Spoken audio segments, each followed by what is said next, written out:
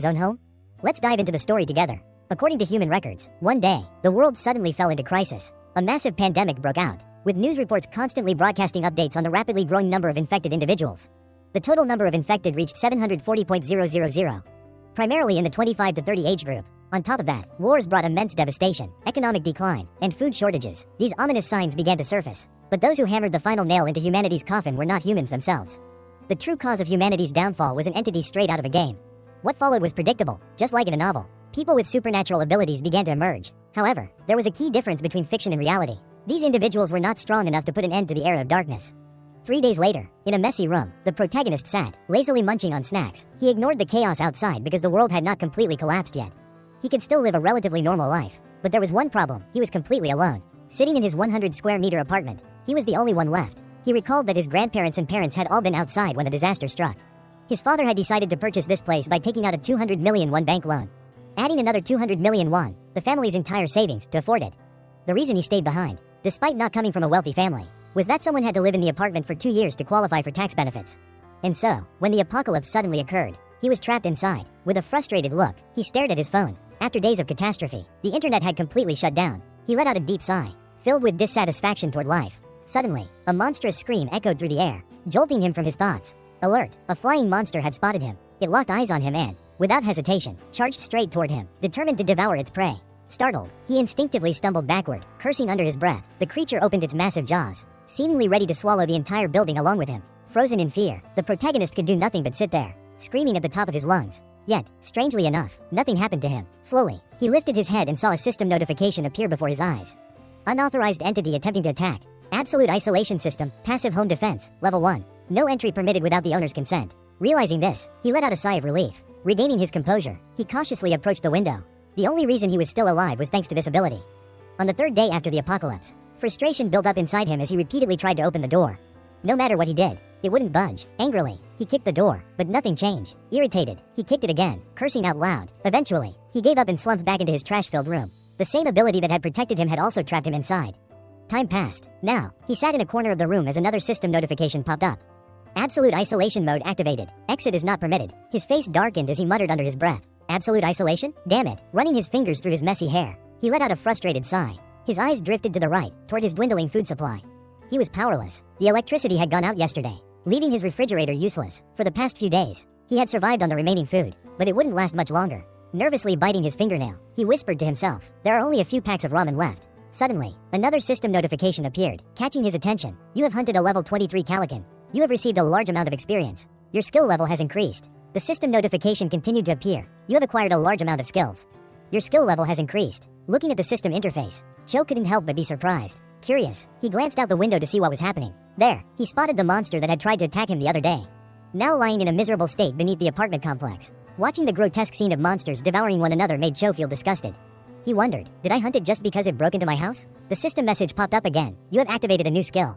A recently obtained item has met the requirements." Calculating victory results. Suddenly, the sound of monsters cheering in excitement startled him. They seemed as if they had been blessed by the gods with food. Gazing up in reverence, confused, the protagonist questioned, "What the heck is going on? Why are they acting like this?" After feasting on their own kind, the monsters inexplicably started to appear sluggish and in great pain. The system interface reappeared once more. Victory calculation completed. 2.203.2411 has been transferred to the homeowner's wallet. Joe stood frozen in confusion. Then, out of nowhere, the electricity in his room turned back on. Could this be because of the system? The skill information screen appeared again. Absolute isolation, passive level 3. No one may enter the house without the homeowner's permission. Absolute isolation, dignity protection level 1. To maintain your dignity, half of the house's functions will be restored. Homeowner's wallet, maximum level. Current balance, 2.203.2401. The protagonist stared at the information in disbelief. When he realized what it meant, he clenched his fists in excitement. "It's restored," he shouted, rushing to the refrigerator to check. The power had returned, and the fridge was running normally. Eagerly, he turned on the sink and the electric stove. As the water flowed and the stove heated up, a wide grin spread across his face. Overcome with joy, he cried out, "It's back! Everything is back to the way it was before the apocalypse." Then, a thought struck him. What about my phone? He quickly picked it up to check, only to find that the Wi-Fi was still dead. Disappointed, he let out a deep sigh of resignation. Just as he was about to give up, something on the floor caught his attention, a USB drive lying carelessly on the ground. Without hesitation, he picked it up and plugged it into his computer to investigate. Jae-hyun hadn't expected that the USB would contain photos of his family, memories spanning his childhood, capturing the beautiful moments they had shared together, from his early years to birthdays where the three of them had always been together. The images brought a wave of emotions crashing over him. He bit his lip, unusually silent, before letting out a deep breath. A newfound determination ignited within him. No matter what, I have to bring my family here. Rising from his computer chair, he looked out the window at the sky, clenching his fists. He made up his mind about what he needed to do. Just then, a system notification appeared. Absolute isolation, store level 1. You can purchase listed items from the store at base price. His pale face gradually regained some color upon seeing the word store on the system interface. Absolute isolation, store level 1. Please list the items you wish to purchase. Current balance, 2.203.2391. Would you like to generate the initial product list? Jae-hyun hesitated for a moment. The words on the screen made him ponder. He slowly reached out and tapped the store icon. A new message appeared. Homeowner's wallet, maximum level. Current balance, 2.203.2401. Would you like to register your first purchase list? As the system prompted him with yet another decision, Jae-hyun fell into deep thought. The way it constantly reminded him of his balance suggested that this absolute isolation system was more than just a coincidence. Curious, he attempted to open the window. But as expected, the system interface remained firmly in place, refusing to disappear. Frustration crept over him. Just as I thought, it's useless. Even though his skill level had increased slightly, he still couldn't escape. However, one thing was clear: if he hunted monsters, he would level up and gain new skills. If he kept leveling up, perhaps there was a chance he would unlock a skill that allowed him to leave. Jae-hyun muttered to himself, but how am I supposed to kill monsters? It was difficult to expect another situation like before to happen again so conveniently. Jae-hyun's gaze suddenly shifted toward a monster. As a bird fell to the ground, he realized something. Wait, I can also kill goblins. But where did Jae-hyun get that water bottle from? Slowly, he reached behind him and threw it forcefully into the sky. Seeing the bottle being hurled with such power, Jae-hyun exclaimed excitedly, "Amazing, it worked." He then thought to himself, I can throw household items outside too. Realizing this, Jae-hyun began searching for something else to throw. What he found was a small dumbbell. With a grin, he muttered, I had to try this. Suddenly, a strange noise rang out, startling him. "Ah," he blurted out. The sound came from a group of goblins arguing, possibly over food. A bunch of them, big and small, had gathered together. It seemed they were heading back to their lair after collecting food. Jae-hyun, eager to test his newfound strength, grew furious upon seeing his targets leaving. "Damn it, don't go," he shouted. Wasting no time, he decided to throw the dumbbell in his hand. As he hurled it, he held his breath and yelled, "Please, don't miss." The dumbbell crashed onto the ground with devastating force, making the goblins turn their heads. At that moment, Jae-hyun broke into a cold sweat. Damn it, I've been tricked. This was my last option. What do I do now? There's nothing left in this house that can kill those goblins. I'm not strong enough to throw the TV or the computer outside either. Suddenly, a goblin let out a blood-curdling scream from below the building. A horde of goblins glared up at him, their eyes wide with fury, baring their teeth and growling. Faced with such a terrifying sight, Jae-hyun's expression froze. The goblins all roared in unison and then charged toward the apartment complex. However, instead of panicking, Jae-hyun remained remarkably calm and thought, this isn't so bad at this distance. Then, as if struck by an idea, he suddenly exclaimed, "Ah!" Without hesitation, he immediately summoned the system. Opened the shop. A familiar message appeared. Isolation shop. Please list your items. His balance displayed, 2.203.2401. Without a second thought, Jae-hyun pressed the list button. The system asked again, "Are you sure you want to list this item?" Jae-hyun responded confidently, "I'm sure." The system scanned the dumbbell in his hand. A message appeared on the screen. Listing in progress. After a moment, new notifications popped up. Classic 3 kilograms non-slip dumbbell has been listed in the Absolute Isolation shop. Listed price, 16.9901. Balance, 2.203.2391. Reading the listing, Jae-hyun was slightly surprised. The price is the same as when I bought it. Looks like the market rate here hasn't changed since the apocalypse began. A notification sound rang from the system. Classic 3 kilograms non-slip dumbbell X2 purchase? Jae-hyun responded cheerfully. Buy. A beam of light shone from the system panel, and gradually, a dumbbell materialized in front of him. Clutching it tightly, he grinned. Great, even if I miss, I'll still have another chance. With that, he hurled another dumbbell from his room. This time, he got lucky. It struck a goblin right on the head. A system notification appeared. You have hunted a level 7 goblin. Express gained. 3.3451 has been sent to your wallet. Jae-hyun read the message and cheered. Awesome. Meanwhile, below, the goblins were closing in. The one that had just been hit screamed in pain, and the others furiously roared. But before they could react, another dumbbell came crashing down. This time, Jae-hyun missed. Damn it, he grumbled in frustration. Another system message popped up. You have purchased 3 classic 3 kilograms non-slip dumbbells. 3 more dumbbells appeared, and without hesitation, Jae-hyun continued his assault, repeatedly throwing them to the ground. This time, he struck another goblin. The creature howled in pain as another system notification appeared. You have hunted a level 6 goblin. 2.512 has been sent to your wallet. Your skill proficiency has increased. You have acquired a new skill. Jae-hyun's eyes lit up. Nice. The new skill was Absolute Isolation. Storage level 1. A dimensional space for storing items. A storage ability this time? He thought excitedly. Without hesitation, he commanded, "Open storage." A dumbbell appeared in his hand, along with a prompt. "Are you sure you want to store this item?" He quickly answered, "Yes." The dumbbell slowly vanished into thin air. The system kept repeating notifications. Absolute Isolation Storage. Classic 3 kilograms non-slip dumbbell. Available. Would you like to summon the item? Jae-hyun's eyes sparkled with excitement. A dumbbell materialized in his hand. Perfect, he exclaimed, his mind racing. I can summon items from storage anytime, anywhere. A beam of light flickered inside his home as he commanded. Open storage. Standing before the system panel, Jae-hyun took a deep breath and repeatedly chanted, summon dumbbell, summon dumbbell, summon dumbbell. One by one, dumbbells rained down onto the goblins below. They could only stare in horror before being crushed to death. The system chimed incessantly. You have hunted a level 5 goblin. You have hunted a level 5 goblin. You have hunted a level 7 goblin. You have gained a large amount of express. 54.6601 has been sent to your wallet. Would you like to list more items for sale? Jae-hyun's face lit up with joy. Yes, he quickly listed 10 items. And as the shop interface opened, the system displayed the updated inventory. Absolute Isolation Shop. Classic 3 kilograms non-slip dumbbell buy 1 to 16.9901. Jan Ramen mild buy 10 to 31.0001. Sandesu water 2L buy 12 to 12.4001. 5 kilograms rice buy 1 to 14.8901. Special eggs buy 10 to 3.9501. Easily digestible milk 930 milliliters buy 2 to 6.2201. Yongban olive seaweed 24 pack 9.8001. Canola oil 900 milliliters buy 2 to 12.3301. Half-used tomato ketchup 500 grams buy 1 to 3.3501. Balance 2.178.8061. Jae-hyun stared at the system, deep in thought. I've sold the dumbbells I used to defeat the goblins, along with all sorts of groceries and daily necessities. Jae-hyun suddenly blurted out, huh? The system had displayed a new notification.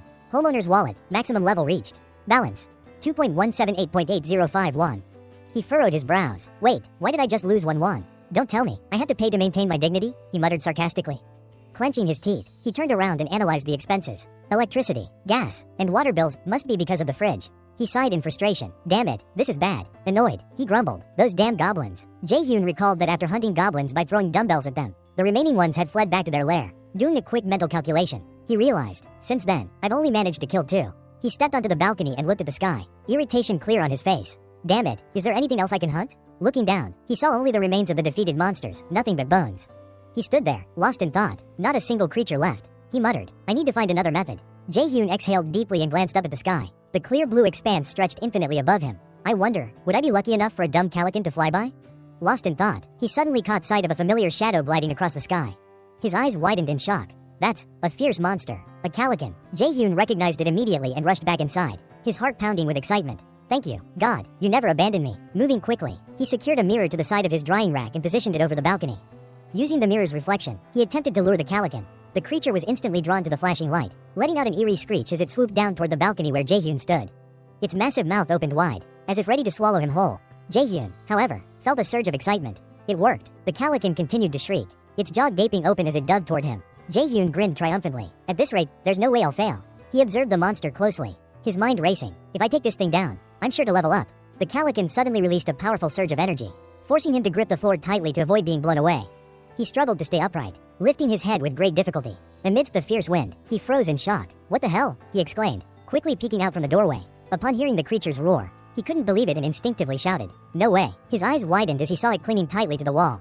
The calican opened its massive beak in a threatening manner, causing him to stare in horror at the scene before him. Without warning, the calican snapped its beak shut, then forcefully drove its hardened beak straight into the barrier. At that moment, the system issued a warning. An unauthorized entity is attempting to breach. The alert repeated over and over, echoing alongside the relentless attacks. Feeling uneasy, he muttered, "You can't get in, right?" He reminded himself that he needed to act, then quickly shouted, "Open system shop." The system interface appeared, displaying the Absolute Isolation Store. Classic non-slip dumbbell 3 kilograms buy 1 to 16.9901. Jan Ramen mild buy 10 to 31.0001.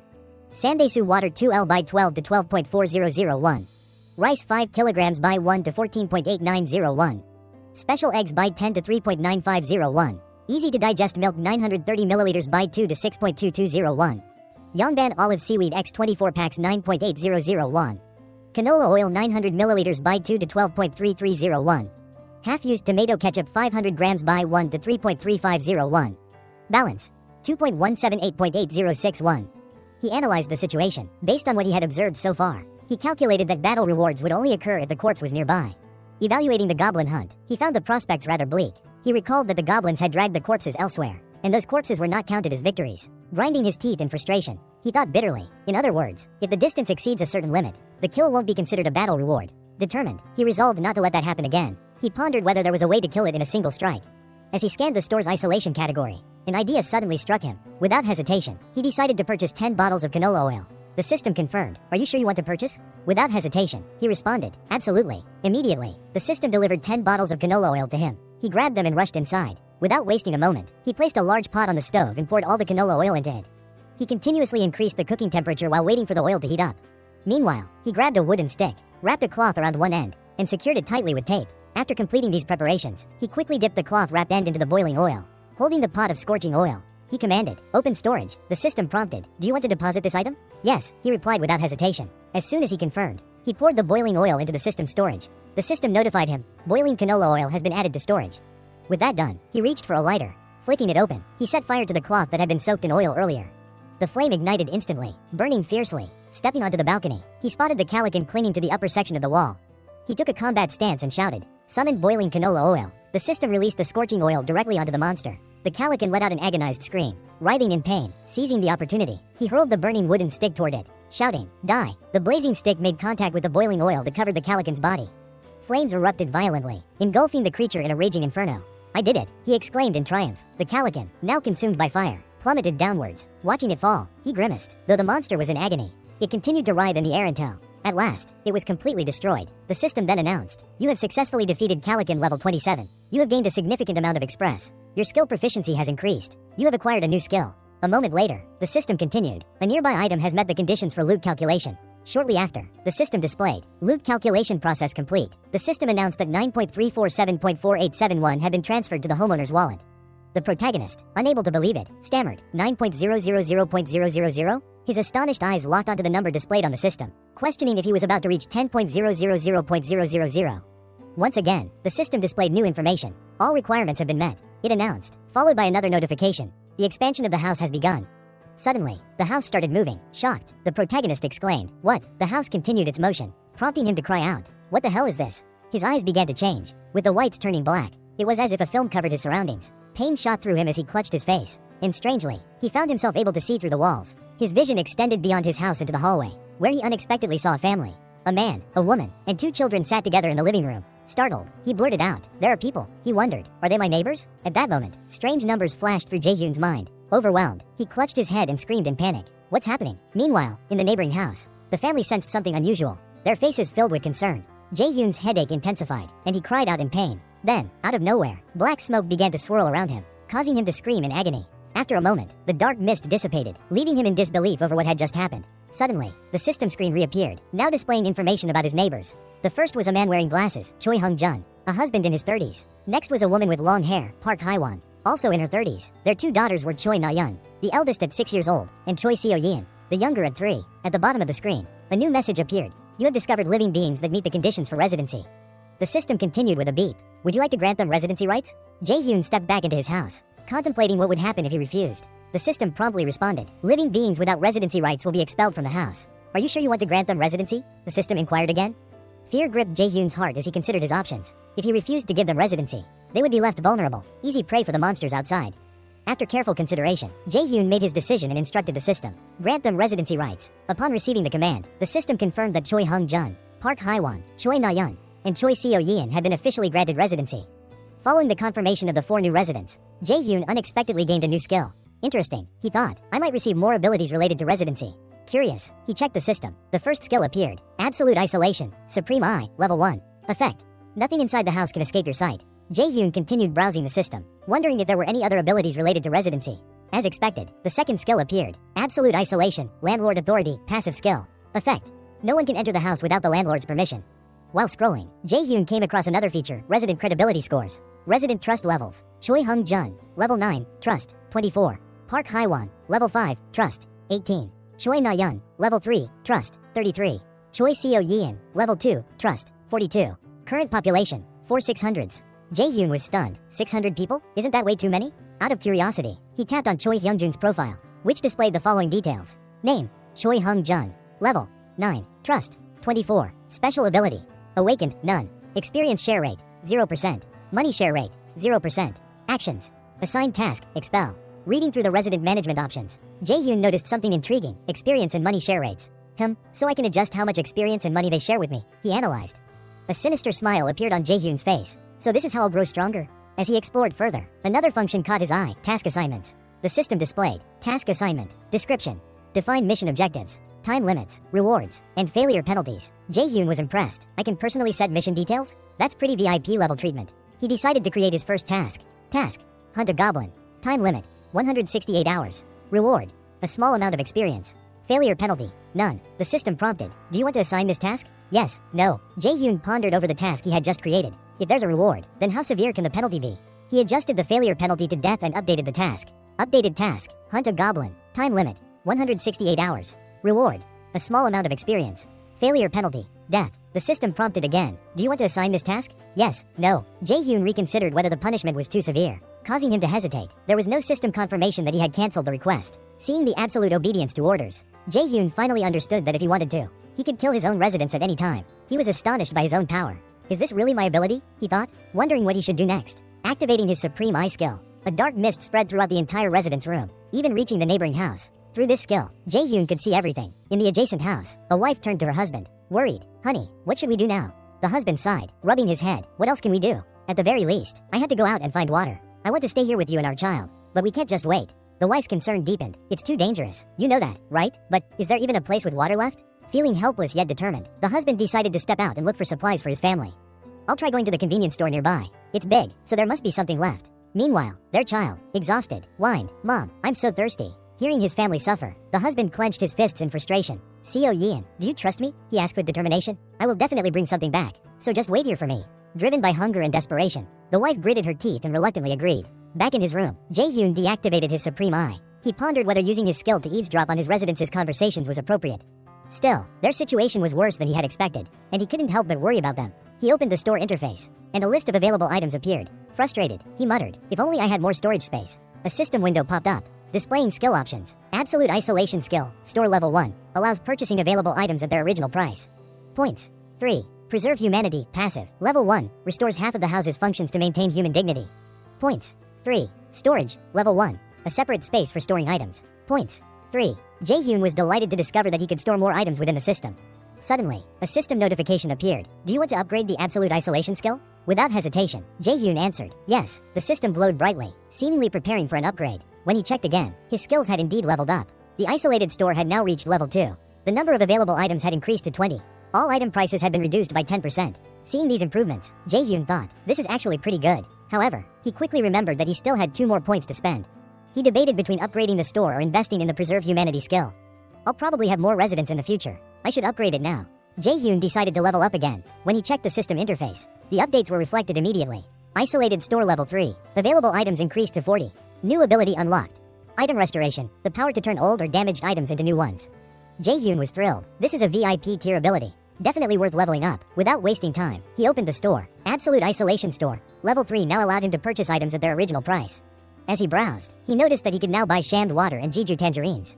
But he felt there were still too few skills upgraded. I need to level up my other abilities as well. A new system notification appeared. Do you want to upgrade the Preserve Humanity skill? Jae-hyun confirmed. Yes. He considered the benefits. If I can provide electricity and water for my neighbors, I'll surely get something in return. After the upgrade, the system displayed Preserve Humanity, Level 2. New ability unlocked. Subordinates. Jae-hyun was surprised. Subordinates? What does that mean? Meanwhile, next door, the father was preparing to leave in search of food. His wife and daughters looked at him anxiously. Honey, are you really going out? His wife asked, concern written all over her face. The man smiled reassuringly. I'll be back soon. While I'm gone, you have to protect the house. Okay? His 2 daughters looked up at him with worried eyes. Dad, do you really have to go? He gently reassured them. Yes, I need to find food and water for us. While I'm away, listen to your mother. One of the little girls started crying, struggling to hold back her emotions. Though her voice trembled, she finally gathered the courage to say, but there are monsters out there. Jae-hyun recalled the time before the monsters first appeared. He remembered seeing the 2 sisters next door playing happily in the sand. Suddenly, a group of terrifying monsters emerged. The 2 little girls were paralyzed with fear at the sight of the creatures. The older sister immediately grabbed her younger sister's hand and ran as fast as she could.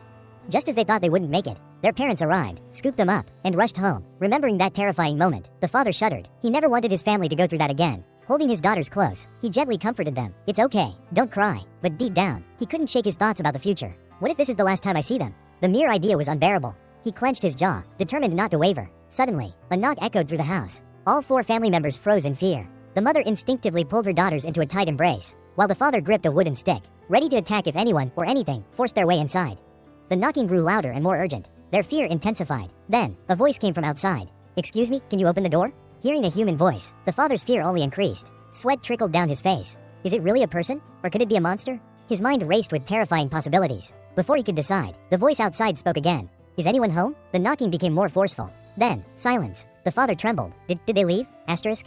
He stared at the door. Suddenly, without warning, it swung open. His eyes widened in horror. Acting on instinct, he lunged forward, shielding his wife and children. No, Haiwan, stay back, he shouted desperately. Please, don't hurt my family. But then, hello. The unexpected greeting left him stunned. Hesitantly, he peeked to see if it was a human or a monster.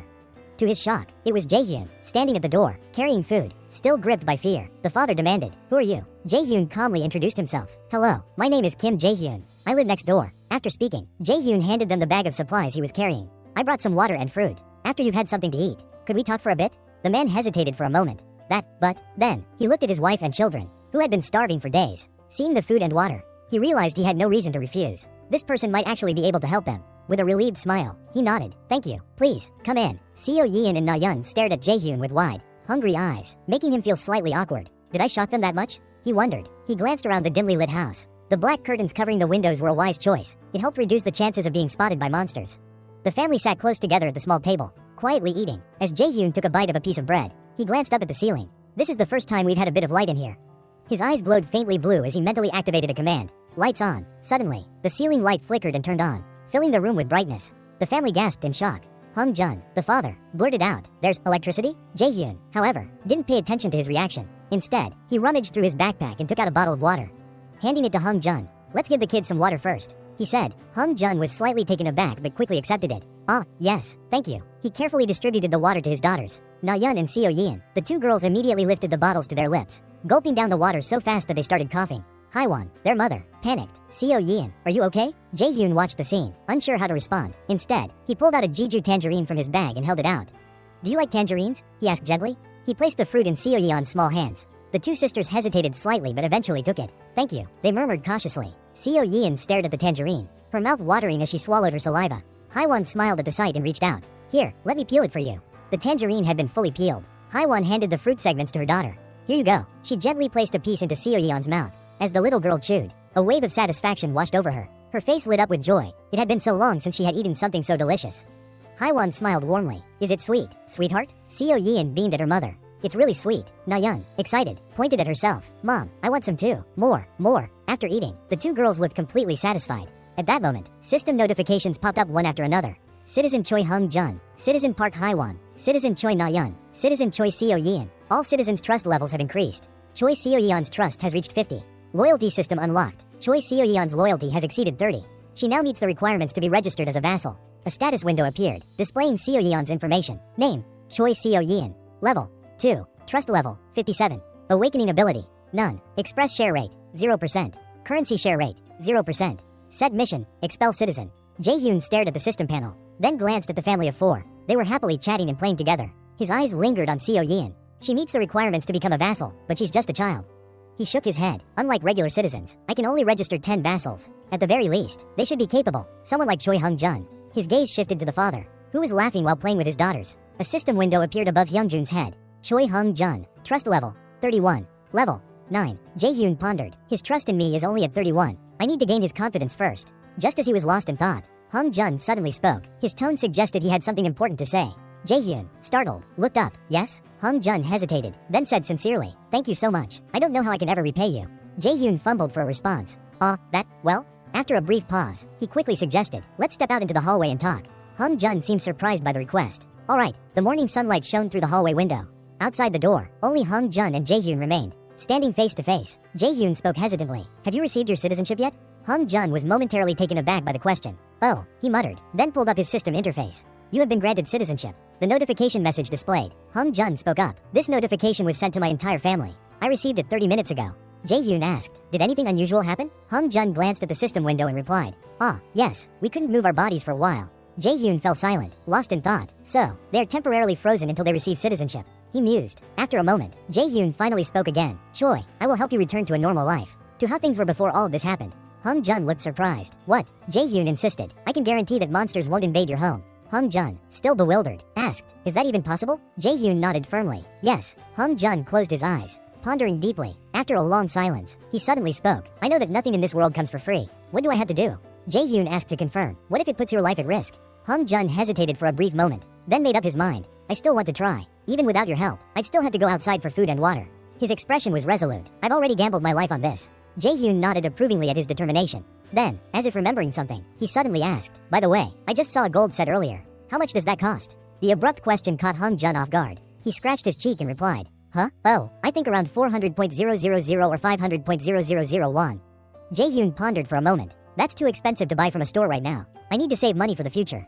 Hung Jun frowned. Why are you asking? Jae-hyun quickly waved his hands and stammered. Nothing. Just a random question. Jae-hyun then asked seriously, do you remember the exact day the monsters appeared? Hung Jun thought for a moment. It was the weekend, he recalled. Memories of the goblins surfaced in his mind, sending a shiver down his spine. It had been terrifying. Jae-hyun nodded in agreement. Yes, I think those who stayed home that day were the ones who survived. A goblin was not particularly strong. The image of one being easily defeated appeared in Jae-hyun's mind. Their physical strength was lower than that of an average adult male. However, their real strength lay in their numbers. They always moved in groups. But humans did too. A flicker of hope sparked in Jae-hyun as he imagined people standing together. I need to build an army first, he thought, his expression turning serious. Suddenly, Jae-hyun spoke up. Choi. Hung Jun, slightly startled, quickly responded. What is it? From now on, Jae-hyun continued, I want you to join me in searching for other survivors. His voice was sincere as he clasped his hands together in front of his chest. The apartment complex was bathed in the dim glow of dusk, giving it an eerie atmosphere. Just then, a system notification popped up. Citizen status update. Choi Hyunjun's trust has increased. Jae-hyun lay sprawled on the sofa. Seeing the message, he muttered. It increased again. The system displayed updated information. Citizen management. Choi Hung Jun. Trust 40. Park Haiwan. Trust 32. Choi Na-yeon. Trust 51. Choi Seo Yeon. Trust 63. Current population. 4600s. Jae-hyun felt a pang of sadness. He thought to himself, eventually, I will be able to reunite with my family when I continue leveling up. Right? Just then, a blood-curdling scream rang out from outside. Jae-hyun shot up and ran to the balcony. His eyes widened in shock. Down below, there were survivors. However, saving them wouldn't be easy.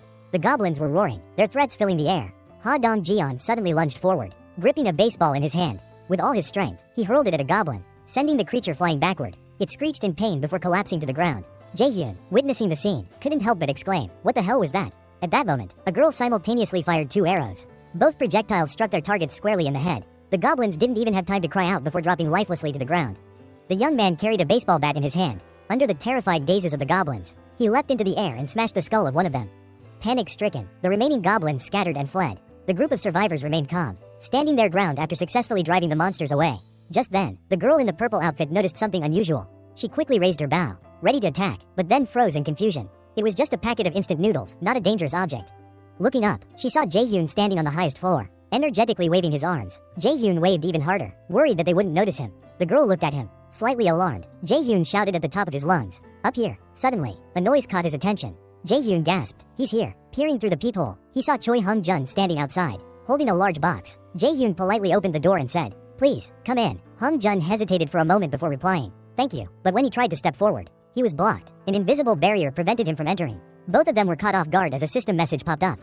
Entry denied. Insufficient conditions. You cannot enter this house. Hung Jun frowned. Insufficient conditions? What does that mean? Jae-hyun silently studied the notification. Insufficient conditions. You cannot enter this house. He muttered. Could it be that no one is allowed to enter my home? Glancing at Hung Jun, he reconsidered. Or is it that only my vassals are permitted inside? Hung Jun, unable to step in, simply handed the box he was holding to Jae-hyun. I put everything that could be used as a weapon in here. Jae-hyun took it and nodded. Thanks. Setting the box down, he opened it. Inside were various useful weapons, knives, a toolbox, and other essential items. He then commanded the system, open the shop. 5 bottles of water and 5 packs of ramen appeared. Hung Jun was stunned as the system materialized the items Jae-hyun had just mentioned. Jae-hyun handed them to him and requested, could you place these near the first floor exit? Hung Jun hesitated. The first floor? Isn't that too dangerous? Jae-hyun reassured him calmly. It's fine. I've been watching. The goblin monsters only appear during the day. Jae-hyun thought back to the group of survivors from earlier and made up his mind. He had to get them to join him. He imagined they would have no choice but to seek him out once they realized he had food. I have my own plan, Jae-hyun said. Just leave it there. Choi Hung Jun hesitated. Should I just drop it on the first floor and come back? Jae-hyun nodded. Yes, that works. Alright then, that makes it simple. Choi Hung Jun replied, bowing respectfully before leaving. Jae-hyun, feeling a bit awkward, muttered, thank you. He thought to himself that someone as kind as Choi Hung Jun deserved something in return. With that in mind, he commanded, open mission window. The system displayed a new mission. Mission description, deliver 5 bottles of water and 5 packs of ramen to the first floor and return within 24 hours. Reward, a small amount of express. Penalty for failure, none. Choi Hung Jun was shocked. What is this? Jae-hyun explained, if you complete the task, you'll earn a small amount of express. Like leveling up in a game? Choi Hung Jun asked. Exactly. Jae-hyun confirmed. You're currently at level 9. When you level up, you'll receive some useful rewards. I trust you can do it. Got it, I understand, Choi Hung-jun replied. At the emergency exit, Jae-hyun hesitated in front of the door, gripping his golf club tightly. Then, he stepped inside and began descending the floors. The floor numbers on the display decreased one by one as he moved downward. Finally, he reached the first floor. Exhausted, he muttered, I just need to set this down. But suddenly, something caught his eye. Nearby, shadowy figures loomed in the dim light. His mind immediately conjured images of terrifying monsters. He thought he had to avoid them at all costs. But as he turned to flee, he stumbled and fell. The box containing water and food tumbled to the ground. Lying on the floor in pain, Choi Hung-jun screamed in terror. Get away from me. Panicked, he looked up, his hands raised defensively, expecting an attack, but instead of a brutal assault, he heard a voice calling out to him. Startled, he lifted his gaze and saw the group of survivors standing before him. They looked at him awkwardly and asked, Are you okay? The system suddenly flashed a notification. Unauthorized entity attempting to gain access. Jae-hyun's eyes widened in surprise. What? He exclaimed as he read the message. Could it be? He pondered for a moment. I need to check. Activating his supreme eyes skill, he scanned the area and saw Choi Hung-jun along with the group of survivors. The girl in the purple outfit spoke up. This is the apartment building where someone threw down a pack of ramen. A young man in the group questioned, Does that mean there's food here? Ha Dong-chuan responded, Think about it, we're almost out of supplies. Jae-hyun deactivated his skill and silently noted, So it's them. At that moment, the system issued a new prompt. Entities meeting the requirements for citizenship are approaching. Would you like to offer them citizenship? Jae-hyun murmured, A citizenship offer? He considered the implications. If he was expanding his territory, he had the authority to forcibly grant citizenship to those within it. But outsiders, did they have a choice? A troubling thought crossed his mind. If they have a choice, they could reject my offer. What should I do? Before he could reach a conclusion, a sudden noise interrupted his thoughts. He turned to check the security camera and, in that moment, a solution formed in his mind. Let's see, he muttered. Jae-hyun approached the surveillance screen and saw Choi Hung-jun on the monitor. Jae-hyun, are you there? Choi Hung-jun asked. Jae-hyun responded, Yes, please wait a moment. The system then displayed another message. Citizen Choi Hung-jun is actively searching for you. Would you like to modify his mission? Jae-hyun smiled. Yes, please specify the new mission parameters. Jae-hyun gave the command. Prepare a meal for 6 guests. Mission update accepted. Outside, Choi Hung-jun received a system notification and frowned. Jae-hyun, is this from you? Jae-hyun answered immediately. Yes, it's a new mission. He then instructed, Tell them you'll provide them with a meal first. I have my own plan. Choi Hung-jun didn't overthink it and simply replied, Alright, turning back to the group. He relayed Jae-hyun's message. Hung-jun returned to Jae-hyun and reported, They've agreed to accept it now. Jae-hyun smiled. Great, thank you. Without hesitation, he commanded the system to grant citizenship to all 6 individuals. The system displayed a notification. You have proposed citizenship to Ha Dong-jian, Kong Doksu, Kim Daeun, Yoo Hai-ren, Kim Jian, and Moon Byung-ho. A follow-up message appeared. Access to the 30th floor has been granted to Ha Dong-jian, Kong Doksu, Kim Daeun, Yoo Hai-ren, Kim Jian, and Moon Byung-ho. They have successfully passed through the barrier after accepting citizenship and have entered the apartment complex. At that moment, another system message popped up. Total citizen count has increased to 10. The amount of express and money generated by your citizens has increased by 10%. Jae-hyun repeated the message in his mind. So our express and earnings will increase. That means we'll get better buffs when hunting monsters. Soon, everything will return to peaceful days. The system then opened the citizen management panel. Ha Dong-jian, level 23, trust, 19. Kong Doksu, level 13, trust, 28. Kim Daeun, level 17, trust, 17. Yoo Hai-ren, level 10, trust, 30. Kim Jian, level 11, trust, 15. Moon Byung-ho, level 10, trust, 11. Current population, 10,600s. Jae-hyun examined the data and remarked, level 23, that's about as strong as the Kalika I killed earlier. Curious, he checked Ha Dong-jin's details.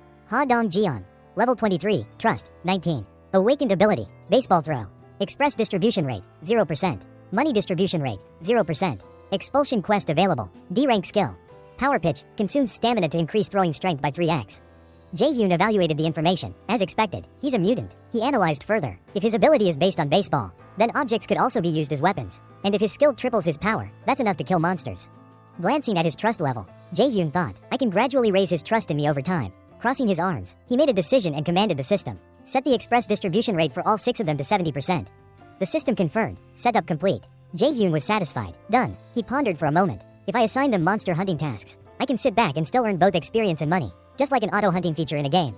Closing his eyes in thought, he added to himself, Of course, I still need to get to know them at the right time. Because they might be the key to reuniting with my family.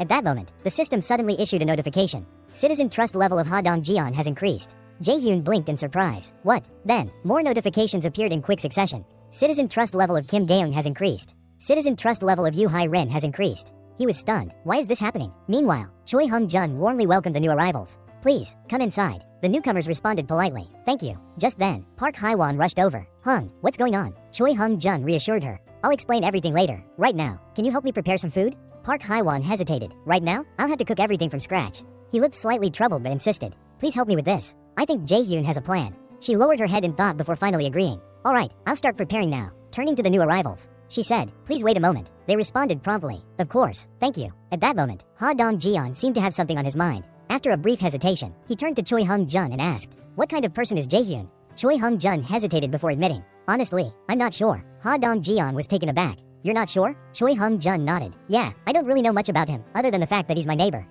Ha Dong-jeon processed this information. His neighbor? Choi Hung-jun added. But one thing I do know, he's a good person. Everything we have here is thanks to his help. Ha Dong-jeon silently observed everything around him before reaching a conclusion. That means, he's a mutant. He glanced down at the pack of ramen in his hands and thought, he must have some incredible ability to pull all of this off. Ha Dong-jeon observed the people behind him and silently made a decision. He had to leave a good impression. He contemplated, a person who can provide electricity, food, and water in this world. That's an extraordinary ability. He's on a completely different level. Meanwhile, Choi Hung-jun politely suggested, it'll take some time to prepare the food. Would anyone like to take a shower first? Kim Gaeun and Yoo Hai-rin immediately lit up with excitement. A shower? We can actually take a shower? Ha Dong-jeon suddenly realized, I see, if there's electricity, then most of the facilities in this building must still be functional. Choi Hung-jun confirmed, yes, and there's even hot water. Both girls gasped in shock. Hot water? He continued, this is also part of Jaehyun's ability. Then, he explained, there's a bathroom in the guest room and another in the master bedroom. That way, 2 people can shower at the same time. I'll show you the way. The 2 girls were still in disbelief. One of them quickly said, thank you, while the other, still amazed, exclaimed, this is incredible. One of the men in the group nudged Ha Dong-jeon. Hey, do you think that guy is a mutant too? Ha Dong-jeon responded, it's possible. His abilities might be far beyond mine. Another young man laughed, patting Ha Dong-jeon's shoulder. Don't get discouraged. All we need to do is... Ha Dong-jeon, irritated, cut him off. Idiot, what the hell are you talking about? We should be trying to make a good impression on him if we can. The other man blinked in confusion. What do you mean? Ha Dong-jeon sighed in frustration. Please, just don't do anything stupid. And for the love of God, keep your mouth shut. The man chuckled but eventually nodded. All right. Ha Dong-jeon scowled before addressing the group. Listen, our goal is to gather as much food as possible. Let's not screw this up. And make sure to read the announcements carefully. Understood? Everyone responded in unison. Got it. At that moment, Moon Byung-ho seemed uneasy. Noticing this, Ha Dong-jeon called out, Byung-ho? Byung-ho flinched, startled. Huh? Sorry, I wasn't paying attention. Ha Dong-jeon felt guilty and apologized. I'm sorry, it's all my fault. Moon Byung-ho immediately denied it. No, you didn't do anything wrong. Feeling downcast, Ha Dong-jeon insisted. No, I truly am sorry. If I hadn't invited you all to my housewarming party. Then, Moon Byung-ho interrupted, avoiding the topic. It's fine, I went because I wanted to. Ha Dong-jeon then suggested, let's find some food here and go to your grandmother's house together. Moon Byung-ho agreed. All right, thank you, he said, bowing his head sorrowfully. He clenched his teeth, holding back his emotions, but he couldn't help thinking that it was already too late. His mind was filled with images of monsters and his grandmother. Feeling heartbroken, he whispered to himself, there's still a chance that my grandmother is alive.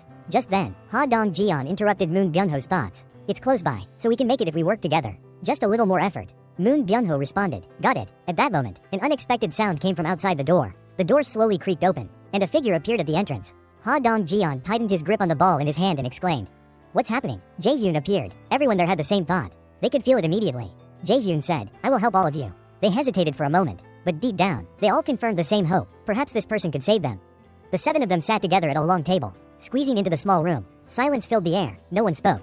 Park Hae-won, feeling awkward, covered her mouth with her hand, chuckled nervously, and said, sorry, it's a bit cramped. Seeing her attempt to lighten the heavy atmosphere, Ha Dong-jeon laughed awkwardly, closing his eyes as he replied, it's okay, we're the ones intruding. After all, Choi Hung-jun, the chubby one, hurriedly brought out the food and said, all right, the food is here. As soon as he set the dishes on the table, the group widened their eyes, chattering excitedly as they gazed at the neatly arranged meal before them.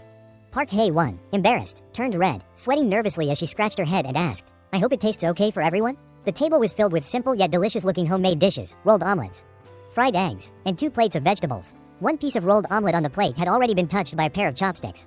The girl with a ponytail took a bite of the rolled omelet and immediately opened her mouth wide, her saliva dripping uncontrollably. Holding her chopsticks tightly, she let out an eager, ah, so delicious. Embarrassed, she quickly wiped her mouth and then shouted, it's fine, really, this is amazing, what a feast. Park Hae-won quickly waved her hands and explained, it's all thanks to the ingredients Jaehyun provided. I almost had nothing but rice and tangerines to serve. The system panel displayed, Park Hae-won trust level, 50. Level 5. Seeing the notification, Jaehyun smiled and thought to himself, I didn't expect her to reach 50 so soon. The entire group, now feeling less reserved, excitedly shouted, let's dig in, before eagerly starting the meal. Ha Dong-jeon took bite after bite of rice and omelet, his face full of enjoyment and happiness. On the other side of the table, Moon Byung-ho and the others were equally amazed, their expressions showing pure delight. The girl with a ponytail couldn't help but exclaim, this rolled omelet is amazing. But even without her words, the sight of the black-haired boy beside her, devouring the food like a lone wolf, stuffing his mouth non-stop, said it all. The short-haired girl, smiling brightly, asked, this is the sweet kind. right? Like the ones served in Japanese restaurants? Park Hye-won nodded with a warm smile.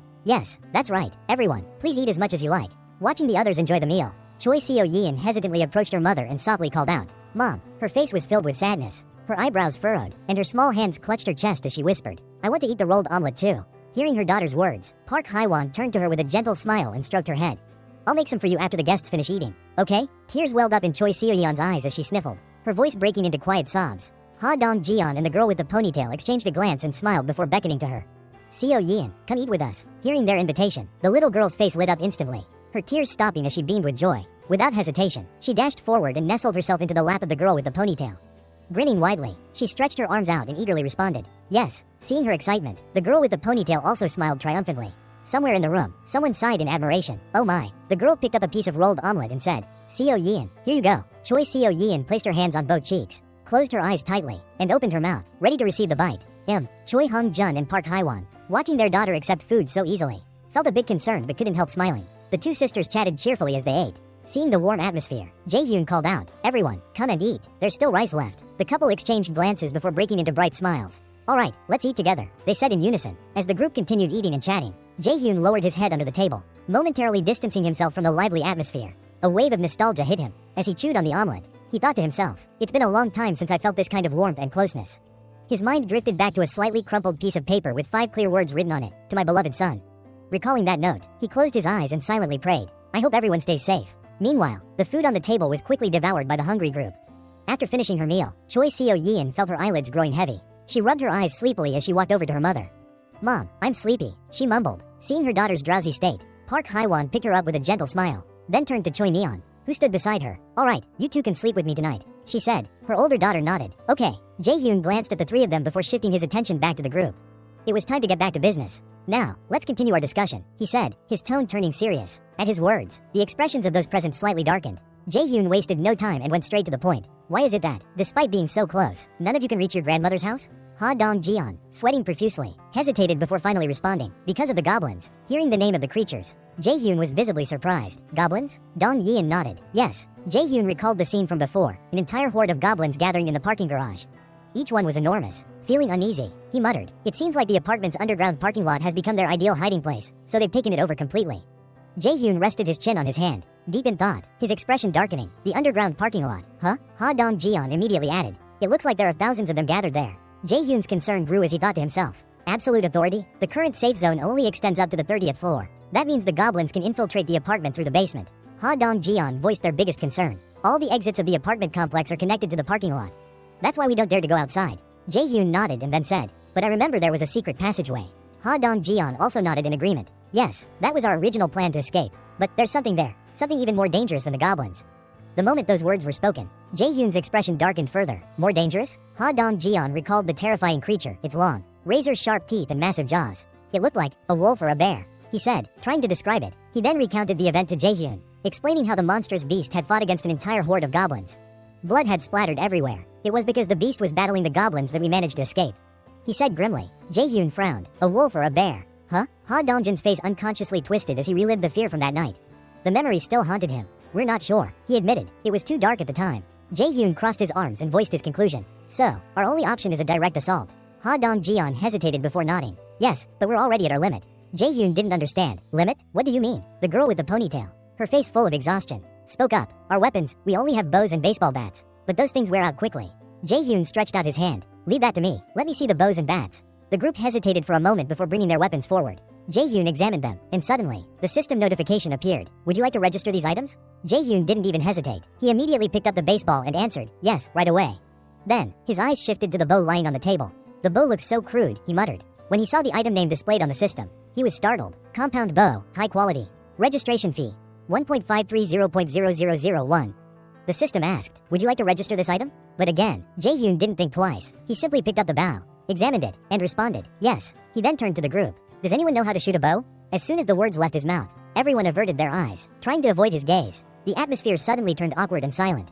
Jae-hyun ignored the reaction and continued, "Buy 5 sets of bows and 5 sets of arrows. If you don't know how to shoot, use this opportunity to learn. We'll need them sooner or later anyway." As he spoke, the system emitted a blue light, instantly delivering the items he had requested. Immediately, the system issued new notifications. Citizen Ha Dong-jeon, trust level increased. Citizen Kim Gaeung, trust level increased. Citizen Yu Hai Rin, trust level increased. Moon Byung-ho looked at the weapons on the table, his face filled with shock and disbelief. His thoughts raced, this was unreal. He felt both anxious and relieved. If everyone could use these weapons properly, their chances of survival would greatly improve. Just then, another notification appeared. Citizen Moon Byung-ho, trust level increased significantly. Ha Dong-jeon, still in shock, couldn't believe what he was seeing. But then, almost instinctively, he broke into a grin and said, our hunting efficiency is going to skyrocket. The black-haired Glutton beamed and chimed in, I need the power of arrows. The bespectacled young man, overjoyed, added, with this amount, we won't have to worry about retrieving them anymore. Seeing the excitement, Jae-hyun cut in and raised his hand, signaling for attention. Wait, before anything else, we need to reduce the number of goblins. Ha Dong-jeon agreed with him immediately. Right, so when do we act? Jae-hyun answered without hesitation. Tomorrow. The group hesitated, clearly unsure. Someone stammered, tea tomorrow? Jae-hyun folded his arms and reaffirmed. Yes, the sooner, the better. Ha Dong-jeon also understood that this was the best course of action. But he couldn't hide his nervousness. Sweat formed on his forehead as he muttered. Yeah, but still. Jae-hyun boldly voiced his plan in front of everyone sitting there, making a firm declaration that no one dared to guarantee. Tomorrow, I will rescue Moon Byung-ho's grandmother first. Hearing this, Moon Byung-ho's face brightened. The gloom that had clouded his expression just moments ago was replaced by a joyful smile. Even Long felt relieved. Ha Dong-jeon, though beginning to trust Jae-hyun, still harbored some doubts and asked skeptically. How? Jae-hyun responded with a smile. By using a baiting strategy. The moment they heard his plan, the entire group fell silent, holding their breath as they looked at him. Ha Dong-jeon hesitated, resting his chin on his hand with furrowed brows. Deep in thought, he even let out a soft grunt of contemplation. The ponytailed girl considered the strategy and nodded. It might actually work, she said. The bespectacled young man, feeling tense, added, as long as everything goes smoothly. Just then, a system notification appeared. Citizen Choi Hung-jun has completed the mission. 30 won has been deducted as mission expenses. Jae-hyun was slightly surprised and turned his gaze. He remembered assigning a task to Choi Hung-jun, but he hadn't expected it to cost money. So, it requires money? He mused. That means as long as I have money, I can level up citizens. As he thought about this, he imagined a scene where Hung-jun was stuffed with cash and happily upgraded. Understanding the mechanics of the system, Jae-hyun nodded to himself, deciding, unless absolutely necessary, I won't use this for now. The system then issued 2 consecutive notifications. Citizen Choi Hyungjun's trust level has increased. Citizen Choi Hyungjun's trust level has reached 50. A new function was unlocked. Citizen Choi Hyungjun's loyalty has exceeded 30. The system displayed another message. Conditions to register a subordinate have been met. Immediately, a contract materialized in front of Jae-hyun, displaying clear details. Name, Choi Hung-jun. Level, 9. Trust, 51. Loyalty, 62. Awakening skill, none. Experience share rate, 0%. Reward share rate, 0%.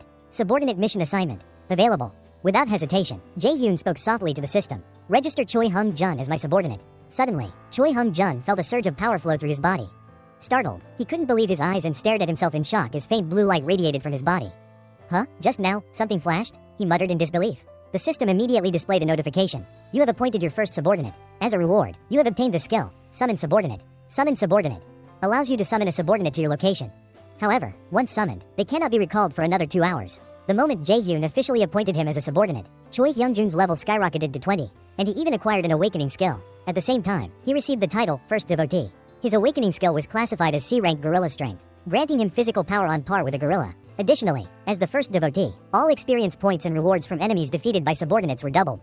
Another system notification appeared. A designated area of 5 meters outside the residence has been created, allowing for the summoning of the Absolute Observer's Eye. Jae-hyun curiously stared at the system interface, noticing a small plus sign. Wait, what's this plus button? He wondered. As soon as he pressed it, another message popped up. Would you like to spend 1.000.0001 to level up your subordinate? Choi Hung-jun? Jae-hyun's eyes widened in shock at the 6-digit figure. 1 million won? His heart nearly stopped. Park Hye-won noticed his rapidly changing expressions and grew concerned. What's wrong? She asked. Jae-hyun quickly lowered his head and muttered, nothing. Meanwhile, Choi Hung-jun examined his body, still glowing faintly with blue light. Feeling an overwhelming surge of power, he turned to Jae-hyun and asked straightforwardly, I feel stronger. Is this your doing? Jae-hyun didn't deny it. Yes, that's right. Hung-jun clenched his fists, sensing his newfound strength. It feels like I've become 10 years younger. Jae-hyun smirked in satisfaction. He then grabbed a bow from the table, leaned forward, and held it out to Choi Hung-jun. Join the operation this time as well. Hung-jun flinched in shock. Huh? His hands trembled as he took the bow, causing it to shake slightly. Jae-hyun thought to himself, with the additional 10% experience bonus for citizens and the doubled effects for subordinates, we can gain even more experience than before. Jae-hyun spoke firmly, and make sure to eliminate as many as possible. Choi Hung-jun wanted to refuse, but the fear in his heart kept him from speaking up. In the end, he could only swallow his anxiety and nod. Alright, hearing his response, Jae-hyun grinned with satisfaction. Good, I trust you. The group, each holding their weapons, proceeded toward the first floor. The black-haired glutton tilted his head slightly and asked, Dong-jin, should we check the second floor? I saw broken windows earlier. It doesn't look good. Ha Dong-jeon frowned and reminded him. Of course we should check. Didn't you hear what Jae-hyun said? We're here as a rescue team. He recalled the first mission Jae-hyun had assigned, to bring all the survivors in the apartment complex up to the 30th floor. Crossing his arms, Ha Dong-jeon analyzed, the key to this operation is luring a large number of goblins into the apartment and wiping them out in one go. He then turned to the group and said, that's why we need to gather as many survivors as possible. Understood? The black-haired young man rested a baseball bat on his shoulder and grinned. Got it. Seeing his reaction, Ha Dong-jeon nodded and called out, good, let's start with apartment 101. We don't know when the goblins will appear, so stay focused. The number plaques for 101 and 102 were covered in bloodstains. Without hesitation, the group swiftly entered 101. The moment they stepped inside, the young man gripping his baseball bat widened his eyes at the scene before him. The girls in the group and Moon Byung-ho turned pale with horror. Their faces darkened, and some even gagged, unable to hold back their nausea. A gruesome sight lay before them. The residents of the apartment were sprawled across the floor.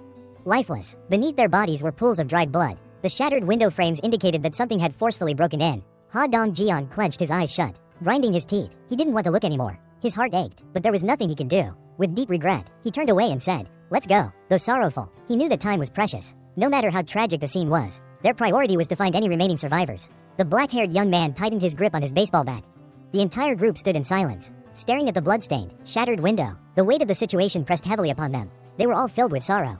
Ha Dong-jeon covered his eyes and muttered, damn it, the first floor is hopeless. He anxiously urged, let's hurry to the second floor. As soon as they reached the second floor, the hallway came into view, littered with corpses. Blood splattered everywhere. Everyone grimaced, unable to believe the horrifying sight before them. Ha Dong-jeon was stunned. He didn't want to see this any longer, so he led the group upward. Damn it, let's go straight to the third floor. Fortunately, this time, there were no bodies sprawled across the hallway. Even better, there was no blood in sight. Ha Dong-jeon, unable to stay calm, rushed forward and banged loudly on a door. Is anyone in there? He shouted. The others quickly spread out, knocking on different doors while calling out, is anyone there? But no matter how hard they knocked, no response came from inside. One by one, their heads lowered in discouragement. The initial determination they had started with was beginning to fade. Ha Dong-jeon bit his lower lip, then took a deep breath and said, let's move on. The fourth floor. This time, he was even more urgent than before, his knocking more forceful as he shouted, is anyone there? We're here to rescue you. Unlike the third floor, this time, one of the doors creaked open. The person behind it was a middle-aged man, his face pale with fear, his unshaven beard adding to his anxious appearance. He hesitated, then asked, are you really the rescue team?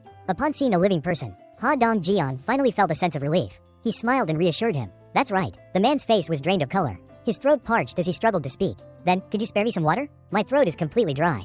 Ha Dong-jeon reached into his pocket, pulled out a bottle of water, and handed it over. Here, take it. The man still seemed doubtful. Hesitating to accept it, he asked again, You're really giving this to me? Are you truly a rescue team? Ha Dong-jeon didn't lie. He answered truthfully, we're actually residents of this apartment complex, but we came here to save everyone. There's a safer place. We can take you there. Come with us. The man couldn't believe his ears. Moments later, he suddenly slammed the door shut. Then, after a brief hesitation, he slowly reopened it. As the door swung wide open, the group could finally see inside. There were still more people in the room. The man, realizing his own overcautiousness, introduced himself apologetically. I was too suspicious. My name is Hong Jung-soo. Nice to meet you. Ha Dong-jeon, surprised, extended his hand for a handshake. Then, smiling, he introduced himself as well. I'm Ha Dong-jeon. Pleased to meet you. Without wasting any time, he turned to two girls in the group and gave an order. Jeon, hi Rin, take him up to the 30th floor and come back here right away. The two of them quickly responded. Understood. However, upon hearing that they were taking him to the 30th floor, Hong Jung-soo panicked and shouted, What, the 30th floor? Shouldn't we be evacuating from the first floor instead? A younger man, appearing strong and energetic, stepped out from the room, unfazed. Finally, we're getting out of here. Dad, I told you, right? The helicopters must have arrived by now. Hai Rin quickly interjected, crushing his assumption. That's not it. When you get up there, you'll have warm meals and a place to wash up. Hearing this, a young woman inside the room suddenly ran out, her face lighting up with excitement. A shower? Really? Hong Jung-soo was at a loss for words. Meanwhile, Hai Rin flashed a bright smile. Of course, there's even hot water. The girl quickly rushed to her father, beaming. Dad, what are we waiting for? Let's go. Hong Jung-soo sighed, feeling speechless. You too, he muttered before giving in. All right. At that moment, a system notification appeared. Number of residents increased to 40. Experience and reward earnings for residents increased by 90%. Jae-hyun glanced at the notification. So, we've reached 40 people now? Looking at the elderly and the two children in front of him, he felt a bit uncertain. After a brief thought, he decided, for now, let the children and elderly stay in Choi Hyungjun's place. The younger ones can stay in the hallway. Outside, a growing number of people had gathered. Ha Dong-jeon approached Jae-hyun and reported, total count, 40 people. That's it. Jae-hyun frowned slightly and asked, that's all? Ha Dong-jeon responded, yeah, I checked up to the 29th floor. It seems like many people weren't at home from the start. Jae-hyun turned to look at him and said, you worked hard. Closing his eyes, a faint glimmer of light flashed at the corner of his eye. Choi Hyungjun's place was nearly full. This should be enough. When Jae-hyun opened his eyes again, they were shrouded in a deep, dark hue. A system notification appeared. Eyes of the Absolute being activated. Jae-hyun's pupils glowed as he observed the scene below. He saw Moon Byung-ho walking around with a chair on his head. while Choi Hung-jun and the bespectacled man were busily pulling electrical cables down the stairs. Two girls from the 6-member group were delivering the cables to them. Meanwhile, Ha Dong-jeon and the black-clad young man were hauling large water containers upstairs. The darkness in Jae-hyun's vision slowly faded. Lowering his gaze, he tilted his head toward Ha Dong-jeon and smirked. Now, let's move on to the second phase of the goblin hunt. Ha Dong-jeon clapped his hands together and called out, "Everyone, gather up and listen." Crossing his arms, he spoke in a firm voice. "I'll now explain the plan." The remaining 6 members, including Choi Hung-jun, focused intently on his words. "Our goal is to lure all the goblins hiding underground to the surface." Ha Dong-jeon explained, "We'll start with basement level 1. We'll split into 2 teams. One will provoke the goblins, and the other will clean them up."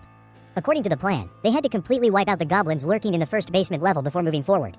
Ha Dong-jeon continued, "Once that's done, we'll move on to basement level 2 and eliminate everything there as well." At that moment, the bespectacled man raised his hand. Ha Dong-jeon looked at him and nodded. "Go ahead." With a furrowed brow, the man voiced his concern. "What if there are more goblins than we anticipated? Won't we get trapped on the first floor? And what if a shark goblin blocks our path? That would make it even harder to move around." A long-haired girl holding a bow chuckled confidently. "Don't worry, I alone am enough to take them all down." Ha Dong-jeon nodded in agreement. "That's right, this time, we have more people, so it won't be a problem." The bespectacled man furrowed his brows. Although still worried, he reluctantly accepted the plan. If that's the case, then, before he could finish his sentence, a sudden scream cut through the air. Everyone immediately spun around in shock. A group of goblins had appeared behind them. Their bloodshot eyes gleamed with malice as they bared their fangs and claws. The long-haired girl with the bow reacted instantly. She raised her bow, took aim, and loosed an arrow. 2 goblins in the back were struck, collapsing to the ground. The remaining one eyed them warily. The black-clad young man wielding a baseball bat charged forward. "Let's do this," he shouted, his eyes flashing with determination. With a powerful swing, his bat sliced cleanly through the last goblin's neck, decapitating it in an instant. The 3 goblins were eliminated with ease. The bespectacled man turned to the black-clad youth. "Speechless, senior, then why did you even bring a bow? Didn't you just say we needed it?" The young man scratched his head in realization. "Oh, right, I did." Just then, the long-haired archer pointed in a direction. "Look, the goblins we killed are disappearing. Their bodies were fading away, vanishing into thin air." Moon Byung-ho couldn't hide his surprise. Could this also be Jae-hyun's ability? Ha Dong-jeon let out a small laugh and signaled to everyone. "Alright, let's head to the first basement level now." Moon Byung-ho followed him excitedly. "I knew he'd have a way to handle things." At that moment, a system notification popped up. Residents Ha Dong-jeon, Kim Gaeun, and Yu Hai-rin trust level is increasing. Jae-hyun twisted open a water bottle. A flood of system messages appeared before his eyes. "Perfect timing," he muttered, tilting his head back and taking a sip of water. His expression remained indifferent. "I didn't even mean to do anything, but it feels like I'm supervising them." Suddenly, 2 more system messages popped up. Resident Moon Byung-ho has reached a trust level of 50. Loyalty has been unlocked. Resident Moon Byung-ho has surpassed loyalty level 30. The requirement to register him as a vassal has been met. Jae-hyun nearly choked on his water. "What, in just a few hours?" Jae-hyun thought to himself. "Well, this isn't bad. The faster I gain vassals, the quicker we can develop." Then, suddenly, he exclaimed, "Huh?" The system had refreshed the notifications. Moon Byung-ho, level 10, trust level 55, loyalty 88, awakening ability none, experience share rate 70%, reward share rate 0%, mission assignment possible, expulsion option available. Jae-hyun couldn't help but be shocked. Loyalty is already at 88? However, he quickly regained his composure. "Well, it's not a bad thing." With a slight smirk, he raised his hand and began operating the system. "Looks like it's time to officially register him as a vassal." At that very moment, the basement was filled with the agonizing screams of goblins. Kia, Kia, Ha Dong-jeon used his fists to strike down enemies, while Moon Byung-ho fought beside him. The long-haired girl and the bespectacled man skillfully fired arrows, taking down goblins that charged at them. The black-clad young man refused to be outdone. Swinging his baseball bat, he took down another enemy with a single blow. Suddenly, Moon Byung-ho froze. He felt an overwhelming surge of power coursing through his body. Everyone turned to him in shock. The black-clad young man couldn't hold back his reaction. What the hell is happening now? A blinding light erupted from Moon Byung-ho's body, dazzling the goblins. Kya! Instinctively, they raised their hands to shield their eyes. The terrifying energy radiating from the light spread toward the goblins, causing them to scream in agony. Their red eyes flickered violently in the darkness as they clutched their faces. Wailing in pain, Ha Dong-jeon roared, "I don't know what this is, but forget it. Everyone, run!" Following his order, the entire group sprinted toward the emergency exit. Ha Dong-jeon and the long-haired archer covered their retreat, firing arrows to slow down the pursuing goblins. One arrow struck a goblin's head, dropping it instantly. The long-haired girl narrowed her eyes, her expression turning lethal. In the blink of an eye, 2 shadowy clones of herself appeared, both knocking arrows. Together, they unleashed a barrage of shots, cutting down the goblins rushing forward in a frenzied rage. Yet, no matter how many fell, more emerged to take their place. The goblins howled furiously. Kya! The number of goblins kept increasing. As soon as one wave was defeated, another rushed forward. Moon Byung-ho shouted in panic, "There are too many of them." Ha Dong-jeon turned pale with fear. "Damn it, I didn't expect to attract this much attention." The man in black ran while shouting, "It looks like the ones from the second basement level have all come up here too." A long-haired girl kept firing arrows at the goblins. She shouted to everyone, urging them to run toward the emergency staircase. The sound of hurried footsteps echoed as they neared the emergency exit. The man with glasses held the door open, shouting, "Hurry up, move quickly, get inside now." Once everyone had made it through, Ha Dong-jian slammed the emergency exit door shut. A goblin stuck its hand through the gap, trying to force its way in. Ha Dong-jian pushed with all his strength. Damn it, the goblin's hand was getting deeper inside. Arg! Ha Dong-jin's face turned pale. The man in black and the guy with glasses immediately rushed over to help. They shouted and pushed the door together with all their might, finally slamming it shut, but the goblins outside didn't stop. They pressed against the door, shoving their heads into the gap and screeching, "Kya, kya." The man in black was struggling. "At this rate, we won't be able to hold on." Ha Dong-jian gritted his teeth and used all his strength. "Ugh!" The man with glasses yelled. "Everyone, get to the first floor now." Just as things were reaching a critical point, someone suddenly shouted. The three of them flinched and stepped back. Choi Hung-jun appeared, gritting his teeth and roaring. Ha ha ha. Muscles bulged all over his body. Behind him, a faint image of a gigantic gorilla appeared. System notification. Divine power of the Monkey King, C, innate ability. The wielder possesses divine strength equal to that of a gorilla. Choi Hung-jun charged forward, slamming the door shut and trapping the goblins outside. Ha Dong-jian stared at him in shock. Hey, the man in black, still worried, muttered, "We had to hold out no matter what." The goblins outside refused to give up. They kept pounding on the door and howling furiously. Choi Hung-jun was struggling. Sweat dripped down his face as he gasped for breath, his face turning pale. His whole body trembled, but he clenched his fists tightly. "I had to do this. This is my responsibility." Ha Dong-jian ran up the stairs, then turned back and called out, "Uncle, we're safe. Hurry up and come up." Choi Hung-jun glanced back before quickly rushing up the stairs with everyone else. Just then, he suddenly twisted his ankle. Losing his balance, he fell hard to the ground. With no one holding the door, the goblins easily shoved it open and stormed inside. Everyone panicked and shouted, "Uncle!" Lying on the ground, Choi Hung-jun yelled back anxiously, "Just go. What are you waiting for?" A goblin lunged forward, stretching out its clawed hand toward him. Ha Dong-jian broke into a cold sweat. Damn it, a dark figure suddenly flashed past him. The man in black swung his baseball bat, sending the goblin flying backward. He then reached out to Choi Hung-jun. "Uncle, hurry, grab my hand." Countless goblins rushed in, screeching loudly. Choi Hung-jun lifted his hand, reaching toward the man in black. Just before their hands met, a goblin's clawed fingers brushed against Choi Hung-jun. In the next instant, he vanished into thin air. The goblin that had tried to grab him swiped at nothing but air. The man in black, Kong Doksu, widened his eyes in shock. Huh? The goblins immediately turned their attention to him. Charging forward, sweat dripped down his face in fear. One goblin leapt at him. Kong Doksu swung his baseball bat, smacking it away. The three others immediately raised their bows, providing cover fire. "Doksu, hurry up." Kong Doksu snapped out of his daze. Huh? He quickly spun around and dashed up the stairs. The man with glasses shouted, "Kong Doksu." Ha Dong-jian raised his bow, and he and the long-haired girl shouted in unison, "Move it." Kong Doksu rushed up to where everyone was waiting. Meanwhile, under the full moon at the apartment complex, a massive bear with blood-red eyes bared its fangs and viciously tore apart a goblin.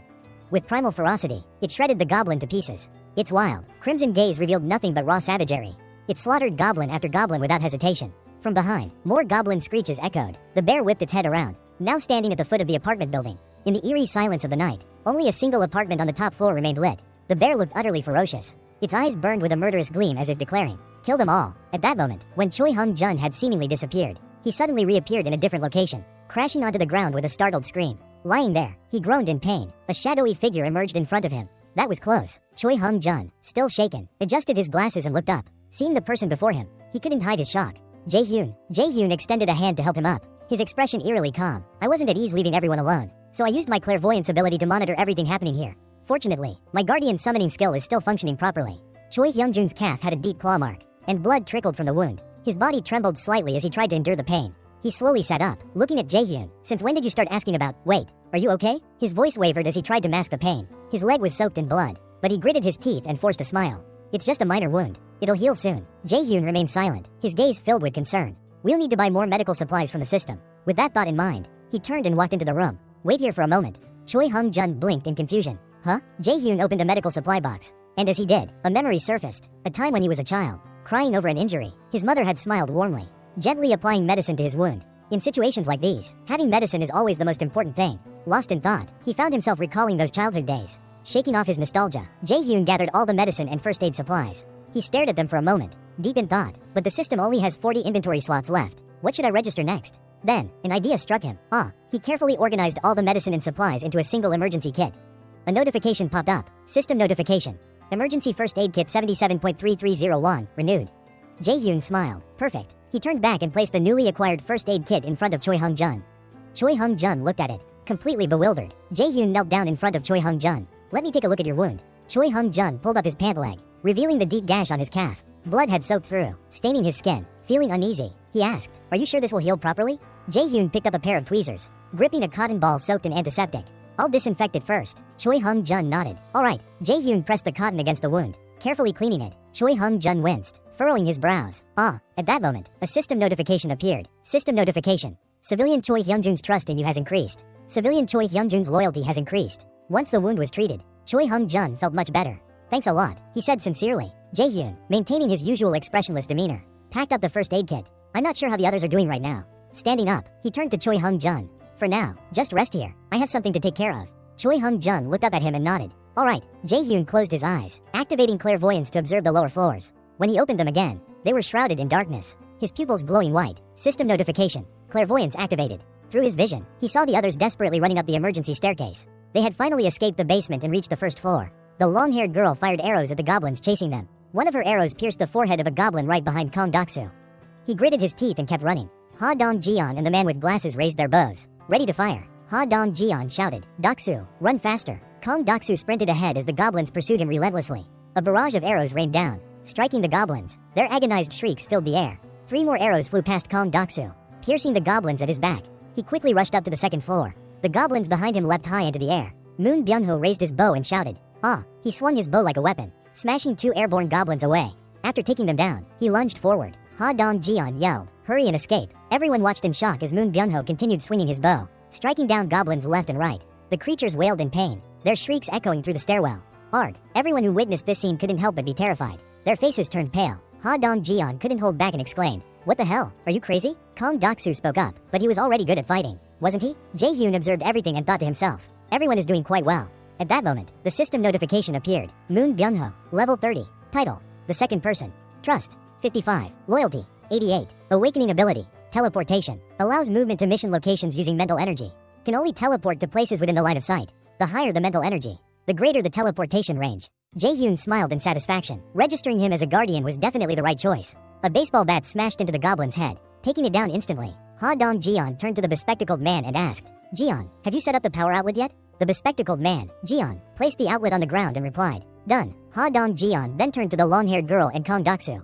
What about the water tank? The long-haired girl responded, it's ready here too. Ha Dong-jeon urged Moon Byung-ho, who was running up the stairs. Hurry, Byung-ho, get in. Moon Byung-ho pushed off the barricade on the stairs and leapt over it. Now, only a pile of obstacles remained on the emergency stairway. But at that moment, the large water tank, which had been prepared in advance, was pushed onto the pile of obstacles. It wobbled precariously before tipping over. A torrent of water gushed down onto the goblins below. The creatures seemed bewildered, struggling against the powerful current. Ha Dong-jeon shouted, now, Jeon. Jeon immediately switched on the power. Got it, he responded. Electricity surged through the water-soaked goblins. Beneath their feet lay exposed electrical wires, drenched and conducting the current directly to them. The goblins convulsed as they were electrocuted, collapsing one after another. At the same time, Jae-hyun received a system notification. Goblin, level 6 defeated. Goblin, level 6 defeated. Goblin, level 6 defeated. You have gained a significant amount of experience points. A total of 334.6441 has been deposited into the residence account. Your level has increased. You have learned a new skill. Jae-hyun jolted in shock as a purple circle appeared beneath his feet. A sharp pain shot through his abdomen, and he clutched his stomach, crying out, The purple circle rapidly expanded outward, spreading across the emergency stairwell and reaching down into the basement. The goblins caught within its glow were instantly engulfed by its eerie radiance. A system notification flashed before Jae-hyun's eyes. Multiple enemies detected. System executing elimination. At that moment, the purple light shifted. The goblins within its range suddenly sprouted grotesque, swollen tumors across their bodies. They let out agonized screams before their bodies swelled to the breaking point, then exploded into bloody shreds. The system notifications continued to flood in. Goblin, level 6 defeated. Goblin, level 6 defeated. Goblin, level 7 defeated. Goblin, level 6 defeated. Goblin, level 7 defeated. Meanwhile, the remaining goblins at the base of the emergency stairwell let out panicked wails. Suddenly, something large and furry bumped into the goblin at the very back. Annoyed, it turned around, only to find itself staring up at a colossal bear. Easily 10 times its size. The goblin froze in shock. The massive bear bared its razor-sharp fangs, its blood-red eyes gleaming with menace. Then, with a ferocious roar, it lunged at the nearest goblin, crushing it under sheer force. The goblin let out a blood-curdling scream before its body crumpled. The other goblins turned to witness the horrifying scene. Panic spread across their faces. But the monstrous bear didn't give them a chance to react. Raising one of its massive paws, it swiped a goblin clean off the ground, sending it flying. Then, as if consumed by madness, it continued its relentless assault. The beast clamped its jaws around a goblin's body and tore it apart with its fangs. Enraged, the remaining goblins charged at the giant bear, launching a frenzied attack. But despite being swarmed, the bear held its ground, knocking away any goblin foolish enough to get too close. The goblins shrieked in fury as the monstrous bear struck again, its powerful swipe crushing multiple goblins at once. Yet, one goblin managed to latch onto the bear's massive frame. sinking its teeth into the creature's flesh and tearing into it. Blood gushed from the fresh wound, and the goblin bit down even harder. Refusing to let go, the giant bear roared in pain, its eyes turning blood red in a terrifying sight as it fell into a weakened state. Seizing the opportunity, the goblin swarmed forward, biting and tearing at its massive body. Unable to withstand the onslaught, the bear let out a desperate roar, spewing out countless goblin hands that clung tightly to its head. Its eyes gradually lost focus, fading into despair. Just as the giant bear seemed on the brink of collapse, the surrounding goblins suddenly exploded, their blood splattering all over its body. Stunned, the bear stood frozen, unable to comprehend what had just happened. At that moment, an unexpected system notification announced that it had been granted citizenship. Exhausted and barely able to stand, the bear wobbled unsteadily, its thick fur gradually receded, revealing the face of a stunningly beautiful girl. In an instant, the giant bear transformed into a young woman. Her eyes, dazed and weary, soon closed as she collapsed onto the ground. Jaehyun, using his keen perception, observed the scene intently, covering his face in astonishment. He gazed at the girl lying motionless amidst the fallen goblins. The sight was striking. Her figure sprawled lifelessly on the ground left him utterly shocked. Who is she? He wondered as the system immediately analyzed the entity before him. Giant bear identified. Name, Yinju. Level 33. Trust level, 9. Awakening ability. Beast transformation, bear form. Assigned mission, full beast transformation. All physical abilities and regeneration capabilities have been maximized. Jaehyun deactivated his perception ability, his eyes returning to normal. He could hardly believe it. Level 33 and an A- rank ability? The revelation was staggering. Moreover, another system notification appeared. Citizen Ha Dong Jian has reached trust level 50. Loyalty unlocked. Citizen Yu Hai Rin has reached trust level 50. Loyalty unlocked. Jaehyun was taken aback. Ha Dong Jian, Yu Hai Rin, and even Kong Doksu? The final notification followed. Citizen Kong Doksu has surpassed trust level 30.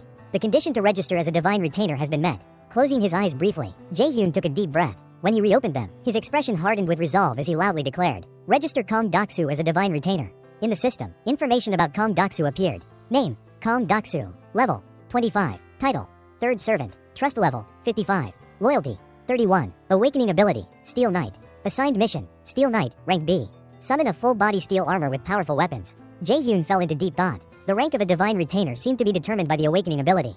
He recalled Choi Yun Guren, who had a C rank ability, and Choi Hung Yun, who possessed the power of Godzilla at level 20. Then he thought of Kong Doksu, who had a B rank ability, Steel Knight, at level 25, and also Moon Byung-ho. Jaehyun pondered further. Moon Byung-ho had an A- rank ability, instant teleportation, and was at level 30. Thinking about the levels of these three individuals, he realized that upon registering someone as a divine retainer, their level would be determined by their awakening ability rank. He considered a possibility. Was the ability rank assigned randomly, like a boss spawn in a game? If Moon Byung-ho received an A- rank solely due to loyalty, then Choi Hung Yun, who had a higher loyalty score, should have been ranked B instead of C likewise. Kong Doksu, with only 31 loyalty, possessed a B rank ability, which didn't make sense to him. If he could figure out the conditions that led to a higher ranked ability, it would be extremely beneficial. He thought about the remaining candidates. This was an important matter since the number of divine retainers was limited to 10.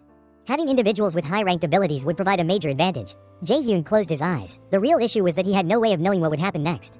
What if he registered an awakened individual as a divine retainer, only to discover someone even stronger later? The system suddenly reminded him. Awakened individuals can move freely through staircases, elevators, and hallways. Jaehyun stepped forward, placing his hand on the elevator in front of him. System notification. Absolute insight activated. His vision was instantly swallowed by darkness. When he looked again, he saw a girl lying unconscious in the basement below. The elevator stopped at the 30th floor. Jaehyun turned around and spoke. "I need a favor." Choi Hung Jun was taken aback. "Huh?" The elevator doors opened with a soft chime. Jaehyun continued, "It would be great if you could bring the woman from basement level 2 up here to me." Meanwhile, in the emergency stairwell, two individuals were busy tidying up the tangled electrical wires. Kong Doksu stood among the corpses of countless fallen goblins, gripping the wires tightly with a bewildered expression. What the hell is going on here? Why did the goblins suddenly drop dead like this? The bespectacled man beside him was equally curious. "Yeah, it's almost as if someone ruthlessly slaughtered them in an instant." Ha Dong Jian frowned in silence, observing the sheer devastation. He recalled the scene from moments ago when the goblins collapsed. There was no doubt, it had to be the work of someone immensely powerful. Sweat trickled down his face as he bit his lip. His mind drifted back to the very first day they had arrived in this place. Back then, Choi Hung Jun had reassured everyone. At least we're safe, and that's all that matters. Choi Hung Jun now flashed a bright smile. "Right, the hot water is ready." The two girls in their group gasped in surprise. "Hot water? Wait, is this Jaehyun's ability too?" Park Haiwan, flustered, waved her hands. No, it's thanks to the resources Jaehyun provided. Without him, we'd probably still be surviving on nothing but rice and tangerines. Ha Dong Jian contemplated Jaehyun's mysterious nature. He had no doubt, this had to be his power at work. He turned to glance at Moon Byung-ho, who was gathering the remaining electrical wires. His thoughts drifted to the moment he saw Moon Byung-ho charging fearlessly into battle against the goblins on the stairwell. That once timid guy had undergone a drastic transformation ever since meeting Kim Jaehyun. He had grown much stronger, far more than before. As Ha Dong Jian coiled the electrical wires, he found himself lost in thought. That guy, he's terrifying. No matter what ability someone possesses, no matter who they are, in the end, the outcome is always the same: death. At that moment, Ha Dong-jian felt he had finally come to terms with the brutal reality of their world. In this wretched place, the only way to survive is to be chosen and protected by him. A red glow suddenly illuminated the number 82 outside the elevator entrance. Choi Hung-jun rushed out of the elevator, hurrying to the unconscious woman in the basement. At the same time, Jae-hyun's vision was shrouded in darkness. Arms crossed, his expression remained cold as he observed everything happening below.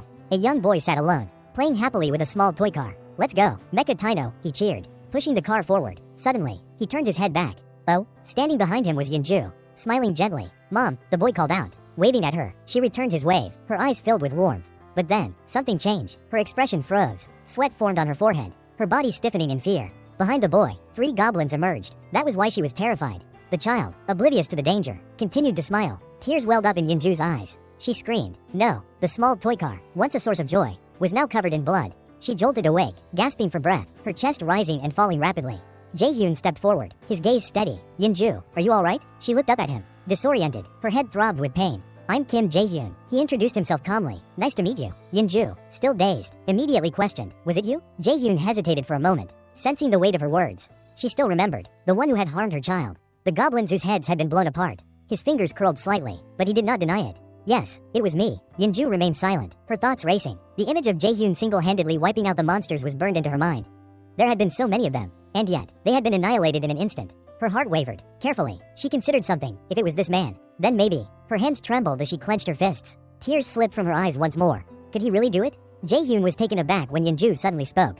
"Please, save my son." Her face was drenched in tears. "My son," she choked, sobbing uncontrollably. Just one day is enough. Please." A system notification appeared. Resident Yunju's trust level has increased. Through her tears, Yunju continued, her voice filled with anguish. "I miss my son so much." Jae-hyun remained silent, unable to bring himself to tell her the truth, that the goblins had already taken him away. Yunju wept, wiping her tears away, only for more to take their place. Hick. The more Jae-hyun looked at her, the more he felt sorry for her. Was there any other way? Suddenly, a series of notifications from the system appeared before him. Mission generated. Kill 1.000 goblins. No time limit. Penalty: none. Reward: resurrection of Yunju's son. Jae-hyun was puzzled. Was this really possible? He hesitated for a moment before quickly pressing the accept button on the screen.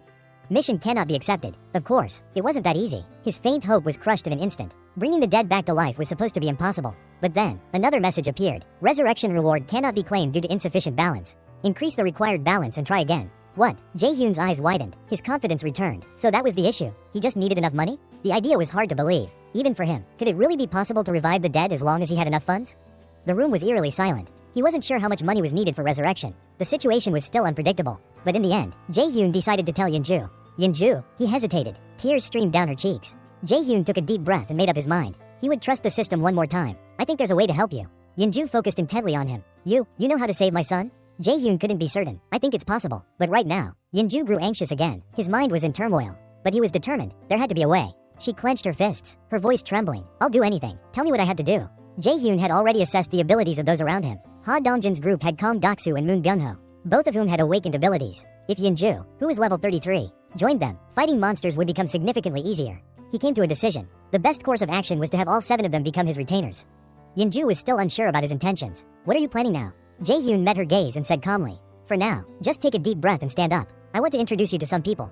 A man extended his hand toward Yunju. "It's a pleasure to meet you." The two of them introduced themselves. "I'm Ha Dong-jian." "I'm Yunju." Dong-jian was stunned when she recognized him. "You're the one who hunts goblins by throwing baseballs, right?" Yunju also recognized the woman with brown hair. The woman wielded a bow and pointed at herself. "You know us?" Yunju revealed 2 sharp canine teeth. "You don't recognize me?" The others exchanged confused glances. "We've met before," she added. Neither Dong-jian nor the woman could recall. But suddenly, fur sprouted from Yunju's face. Her entire body began to change. The woman pointed at Yunju, finally realizing the truth. "You're the beast from the alley back then." Yunju hadn't hidden her identity that day. Or rather, as a bear, she had still remembered everyone's faces. "I even helped you a few times. Did you forget?" Even Dong-jian was taken aback. "Wait, that time, that was you?" Dong-jian stepped forward, intrigued. "So our meeting wasn't just a coincidence, huh?" Yunju's expression darkened. "I've hated goblins for a long time." Dong-jian nodded. "Well, they're my enemies too." At that moment, Jae-hyun entered the room. "Looks like everyone knows each other now." His face was tense. "I need to talk about something." The group turned their attention to him. "The mission to rescue Moon Byung-ho's grandmother will begin tomorrow morning." Everyone listened intently as Jae-hyun continued. "The number of goblins has dropped significantly. This is our best chance to save her." He then explained that Choi Hung-jun would not be joining them due to his injuries. "Sorry, old man Choi, but I'm borrowing your room for now." Hung-jun burst into tears. Jaehyun, you're too much. This is my house. Meanwhile, Yeon-jun had already taken over his bed. Jaehyun then turned to Yeonju. I've decided to bring you along as well. She had been prepared for this moment. I look forward to working with everyone, she said sincerely. Jaehyun nodded. That's all. Just wanted to inform you. See you all tomorrow morning. Everyone responded in unison. Got it. The two of them flinched when Jaehyun called their names. Moon Byung-ho, Kang Doksu. Jaehyun gestured for them to follow. Come outside for a bit. Under the cool night sky, his voice rang out once more. Byung-ho, Doksu. He asked a question, one that only he knew the answer to. Do you know why I called you two out specifically? His expression turned serious. Why do you think I only called the two of you? Doksu hesitated. I'm not really sure. Byung-ho, on the other hand, boldly guessed. Does it have something to do with our abilities? Jaehyun smirked. Exactly. His words left both of them stunned. You two have just awakened your powers. Hearing that, Byung-ho's face lit up with excitement. Really? What's my ability? Jaehyun continued. Moon Byung-ho, you've awakened the power of teleportation.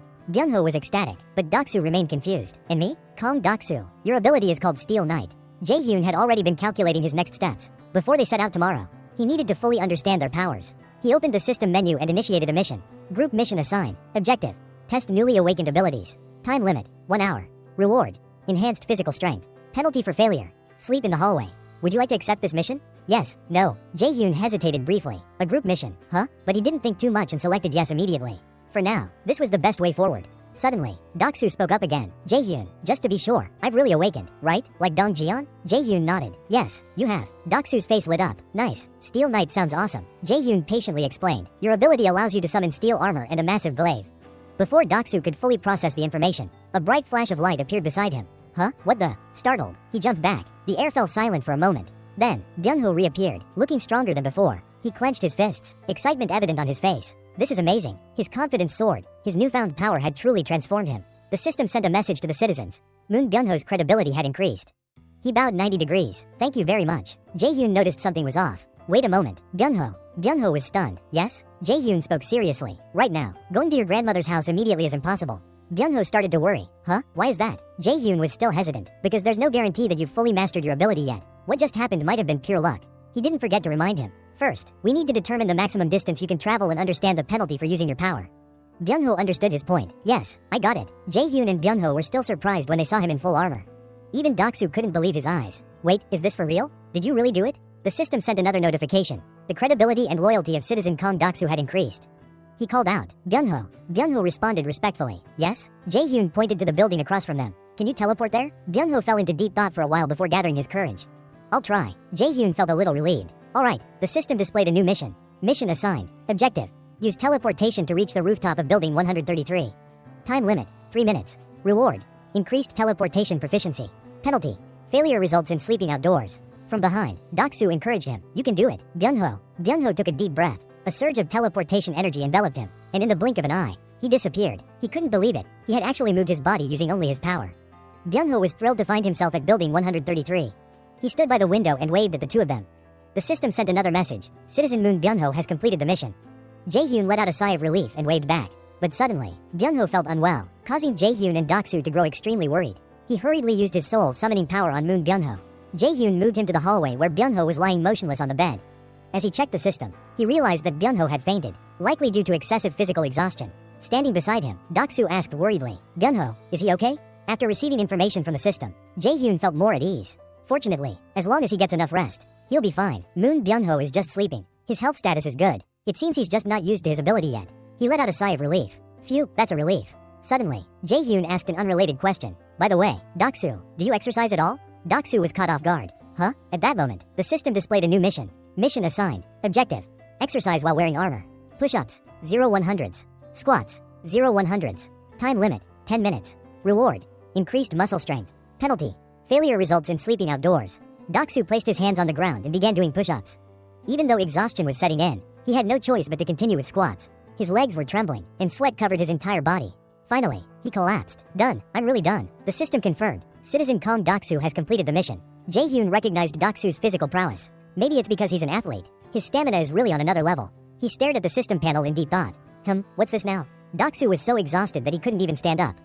It's over now, right? With a bright smile, Jaehyun responded, Yes, you worked hard. Now you can rest. Thanks for your effort. As Doksu staggered away, the system sent another message. Evaluation complete. Doksu was shocked. Huh? I didn't do anything, but I still got a notification? Muscle strength slightly increased. Jaehyun felt a strange power surrounding his body.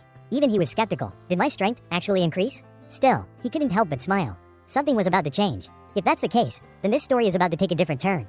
The next day, in an alley somewhere in Busan, Dong Jian urged everyone to run. The group never expected to encounter monsters. Doksu was terrified. The green-skinned creatures were chasing them. But then, he transformed into the Steel Knight and decided to fight. These bastards, with his newfound strength, a single swing of his weapon could slice them in half. Doksu easily took down several monsters, but they kept charging forward, roaring. That only made him angrier.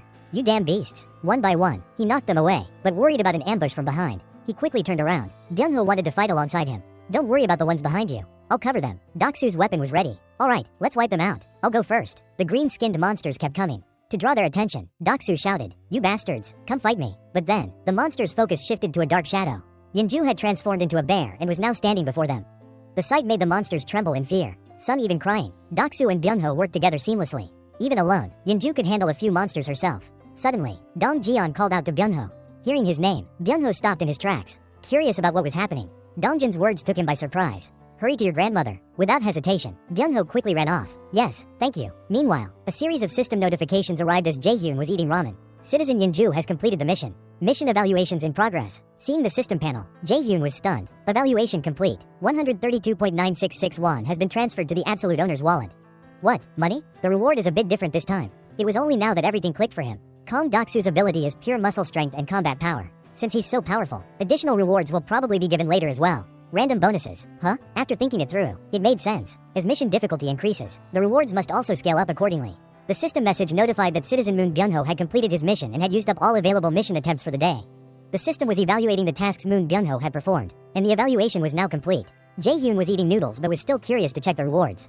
As soon as he sprayed the hardening glue, the system displayed the grand prize. Congratulations, the system announced. You have won the jackpot. Congratulations, you have received an additional skill.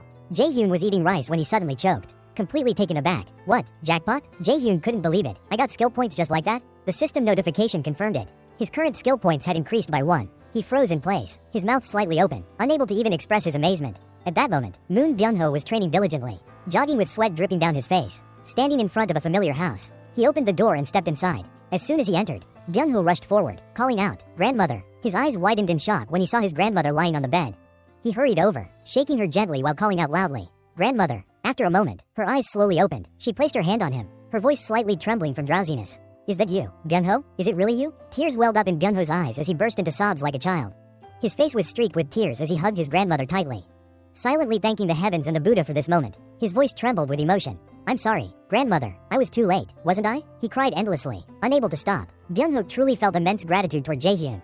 Jae-hyun sincerely thanked him in return. At that moment, the system sent another notification. Citizen Byung-ho's loyalty has increased. Citizen Byung-ho has reached 100 loyalty points. He is now eligible to register as a family retainer. The limit for possessing family retainers has increased. Jae-hyun received the message and was slightly surprised. What? The system reminder displayed the current family retainer management status. Choi Hyungjun, level 22. Moon Byung-ho, level 33. Doksu, level 25. Total members, 3 out of 11 slots filled. Jae-hyun was shocked. He never expected that leveling up could work this way. He tapped on the system screen to check how much Byung-ho needed to reach the next level. A notification popped up. Insufficient available funds for the upgrade. 100.000.0001 is required for the next upgrade. Please check your available balance and try again. Jae-hyun was stunned. What the hell? 100.000.0001? He blurted out, ruffling his hair in frustration. Damn it, Byung-ho, this is a disaster. Determined, he said, I'll assign you a daily mission. At that moment, a voice rang out. Jae-hyun, startled, looked around in confusion. The sound had come from the elevator chime. Who could that be? He wondered as he slowly raised his gaze. 2 people stood in the distance, one man and a young woman. Meanwhile, inside Park Haiwan's apartment, the doorbell rang. Hello? Is anyone home? Haiwan was surprised and went to open the door. She looked at the visitor. Slightly puzzled, the young woman introduced herself. Hello, my name is Kim Dabin. Dabin gestured toward the person carrying a box on his shoulder. This is my younger brother, Kim Minho. She continued. We're from apartment 1701. Haiwan hesitated for a moment before greeting them. Ah, hello. May I ask what brings you here? Dabin let out a small sigh. Actually, we need a small favor. Haiwan was taken aback. A favor? From me? Dabin, looking a bit embarrassed, hesitated before speaking. I know this is a sudden request, but would it be possible for us to use your bathroom for a bit? Haiwan froze, completely caught off guard. You just need to take a shower? She asked again to confirm. Dabin nodded, blushing slightly. Yes, just a quick one. Haiwan stepped aside, sighing in relief. Oh, I thought it was something serious. Sure, go ahead. Dabin and Minho entered, expressing their gratitude. Minho pointed at the box he had been carrying. Where can I put this? He asked. Curious, Haiwan glanced at it. Oh, what's in there? Dabin smiled. Just some canned food and a few other essentials. Haiwan's expression brightened. Oh, really? There are a lot of canned goods here. Haiwan seemed a bit shy. Oh my, you don't have to be so polite. Thank you, though. Dabin waved it off. It's just a little something. When you suddenly come to someone's house for help, you should at least bring a small token of appreciation. Her eyes glanced to the side, spotting some bows and baseball bats. Curious, Dabin asked, "Oh, those bows and baseball bats over there, do they belong to the residents here?" Haiwan looked towards her hand and then smiled. "Ah, no, they're not from the people here. They belong to those living in another building. How should I put it? It's a bit complicated." Dabin let out an, "Oh, I see." From a distance, Jae-hyun observed the scene. At the very least, he could be somewhat reassured. They didn't seem like bad people. He decided he should stop by to check things out just to be sure. While at it, he might as well talk to them. Who knows, maybe he could ask for their help in rescuing other survivors in the buildings. Then, an unexpected piece of good news arrived. System notification. You have received Tiger Chain, level 27. You have gained a large amount of experience points. The available balance in the Supreme Pouch has increased to 39.783.2001. Skill level has increased. You have also acquired a new skill. Jae-hyun frowned. What the hell is this? His throat tightened in frustration. Damn it. At that moment, Ha Dong-jeon was covered in blood. He was bleeding uncontrollably, bound tightly along with many others. Countless rare animals, leopards, tigers, bears, had all been slaughtered. Jae-hyun screamed. What the hell is going on here? His eyes turned bloodshot, his face dark with fury as he roared. What the hell is that? The system message popped up. System alert. A qualified individual for residency has been detected. Would you like to seize residency rights? Jae-hyun clenched his fists. Are there any survivors left? He gave the order. Hurry up and grant them access now. Residency granted successfully. New citizens. Jo Woonjin, Kong Hyunsu, Kim Da-yeon, Nam Jae-ho, Moon Hae-ri, Nam Ah-young, Nam Jinju, Kim Ju-yeon, Oh Dong-ju, and Baek Pyeon-oh. The number of residents has increased by 50. Citizen production and income rate increased by 100%. The number of residents has reached the required threshold. System notification. Unlocking the skill, Faith Power, for all residents. Jae-hyun was taken aback. Faith Power? Pain racked his body as he struggled. That voice echoed again. Where are you hurt? Many people over there are fighting with all their might. They were giving everything they had to hold the enemy back. Jae-hyun was being pushed into a corner. Damn it, this is bad. He couldn't believe it, just when Unju got injured, of all times. Horrifying screams filled the air, crashing into his ears. People scattered, running in all directions. Everyone was shocked. What just happened? One hit and it's over? Even for us? A strange sensation spread through the crowd. Why does my body feel so light all of a sudden? One person muttered. This is weird. I don't feel tired anymore. System notification. Faith Power, passive, increases all stats by a percentage proportional to the level of trust. Jae-hyun let out a breath. So that's how it works. Ha Dongjin's teammates all had a trust level of 50 or higher. Strength, stamina, vision, reflexes, all their stats increased by more than 50%. It was no surprise that their combat power had skyrocketed. Moon Byung-ho grinned. It's him. It has to be Jae-hyun. The system continued sending good news. Resident Kim Gaeong has reached 30 points in sincerity. Resident Kim Gaeong is now eligible for Household God registration. Resident Yu Hai-rin has reached 30 points in loyalty. Yu Hai-rin is now eligible for Household God registration. Jae-hyun exhaled in relief. Finally, both of them can be registered as household gods. The entire community was stunned. Whoa, what is this? System notification. Kim Gaeong, level 20. 4th ranked. Trust level. 5-8. Loyalty, 32. Awakening ability. Piercing vision, quest activated. Yu Hai-rin, level 25. Title. 5th ranked. Trust level. 6-9. Loyalty, 33. Awakening ability. Poisoned bones, quest activated. In front of them, countless goblins surrounded the two figures, who gripped their bats tightly, ready to fight back. She drew her bow and fired, striking a goblin. It collapsed instantly, wailing in pain, as the others screeched in agony. She was just as surprised. Oh my god, what just happened? Turns out, it was piercing vision, a skill that, when infused with spirit energy, allowed her to fire arrows capable of penetrating targets. Jae-hyun remained calm and chose to activate the mission. Mission activated. Mission objective. Use piercing vision to hunt 10 goblins. Time limit, 10 minutes 0 seconds. Reward, piercing vision skill upgrade. Failure penalty, fatigue. Jae-hyun frowned. This skill, it's a bit tricky. Then there was another one, poisoned bones, B. It allowed the user to create lethal toxins using their own bones. A powerful skill, no doubt, but being B-rank poisoned bones, if misused, it could also harm allies. He decided to set it aside for now and analyze it later. System notification.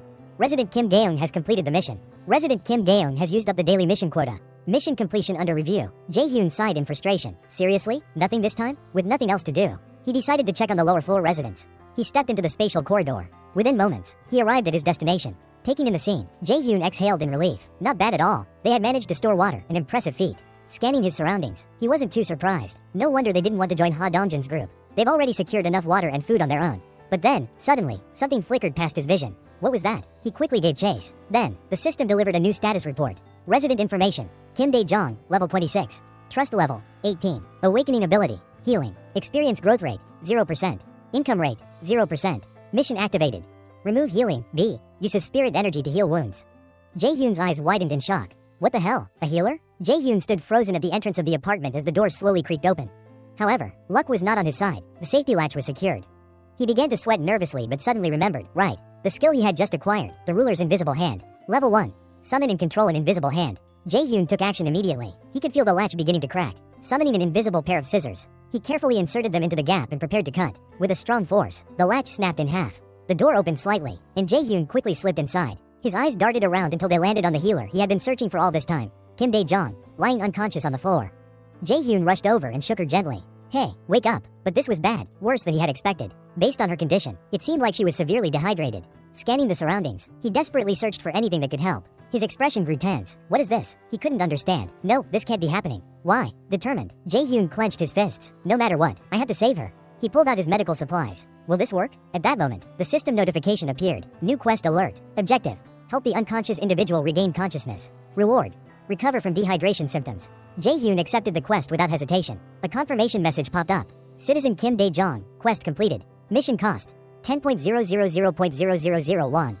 Jae-hyun exhaled in relief. It's done. Slowly, Dae-jong's eyes fluttered open. Jae-hyun gently shook her again. Can you focus? Stay with me. Dae-jong, still dazed, mumbled. Who are you? Jae-hyun responded. My name is Kim Jae-hyun. I live upstairs. Dae-jong's expression shifted in surprise. Huh? She glanced around, confused by her unfamiliar surroundings. Where am I? Jae-hyun answered honestly. I found you in critical condition, so I broke in to help. A faint memory resurfaced in Dae-jong's mind. She let out a soft sound of realization. Tears welled up in her eyes and streamed down her face. Oh my god? Dae-jong covered her face and sobbed. The choked cries made Jae-hyun look slightly bewildered. He spoke up. Kim Dae-jong, I'm sorry, but you had to help us. Jae-hyun pleaded. Our teammate is seriously injured. Dae-jong pressed her hands against the floor and looked up in silence. What is he even talking about? She thought, completely confused. Right now, nothing made sense to her. Who could I possibly help? What the hell is he saying? This is ridiculous. She was caught off guard. He's even asking me to treat someone? How does he know I'm a nurse? She carefully assessed the situation. Looking at how desperately he was asking for help, he didn't seem like a dangerous person. I'm not sure what's going on, but I'll just pretend to agree for now.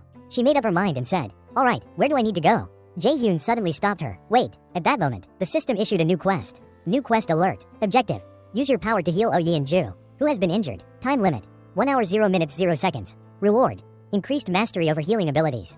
Failure penalty: none. Jae-hyun processed the information. Heal Yeon-ju? He turned to Dae-jong. First, eat this and rest. I'll bring the injured person here. Dae-jong was taken aback. Huh? Jae-hyun placed a pile of tangerines in front of her. Dae-jong reached out to stop him, but she was too late. Wait, she shouted. Jae-hyun paused. Huh? Dae-jong pointed at the system notification in front of her. What is that? Jae-hyun gave an awkward laugh. I'll explain later. Then, he left her sitting there alone. Right now, her body was still weak. You should rest for a bit, he said as he walked away.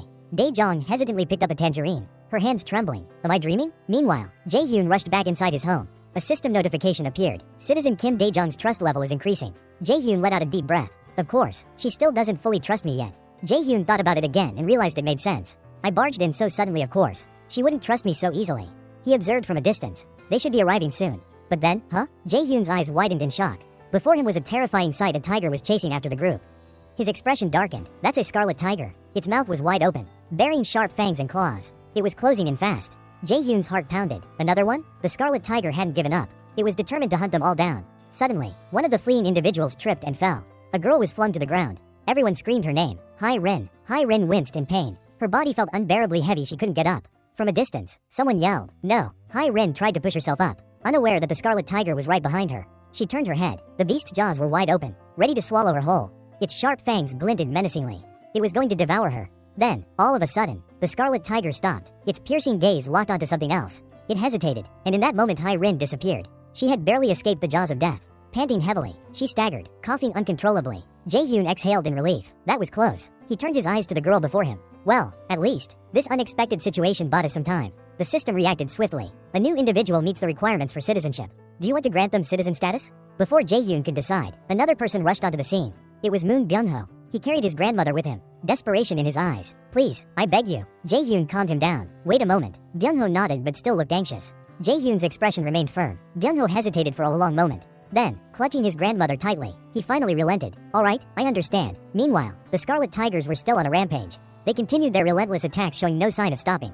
Jae-hyun once again used his invisible hand. He had calculated that the tiger should have been captured in a different way. The chained tiger bared its fangs, threatening everyone. As Ha Dong-jeon was running, he suddenly felt something blocking his path. He lifted an iron rod and kicked it straight toward the chained tiger.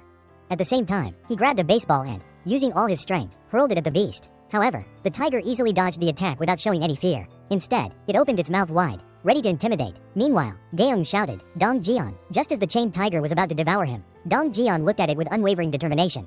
"It's too late," he yelled. "Everyone, run!" He then sprinted with all his might. But the chained tiger was right on his heels. The distance between them kept shrinking, and its sharp fangs were ready to tear into him. At the last moment, Dong Jian suddenly turned his head back, his expression still resolute. But then, the tiger stopped abruptly. It had been restrained by someone. Saving Dongjin's life, the beast writhed in pain, collapsing to the ground with its sharp claws raised. It let out an agonizing roar. Dong Jian stood frozen in shock. Just then, Gaeung appeared, stepping in front of him. A system interface suddenly popped up before her eyes, catching her off guard. She had no idea what it was. From a distance, Jae-hyun observed and thought to himself, "I don't need to intervene. With Kim Gaeung hunting all this time, the spoils have already piled up."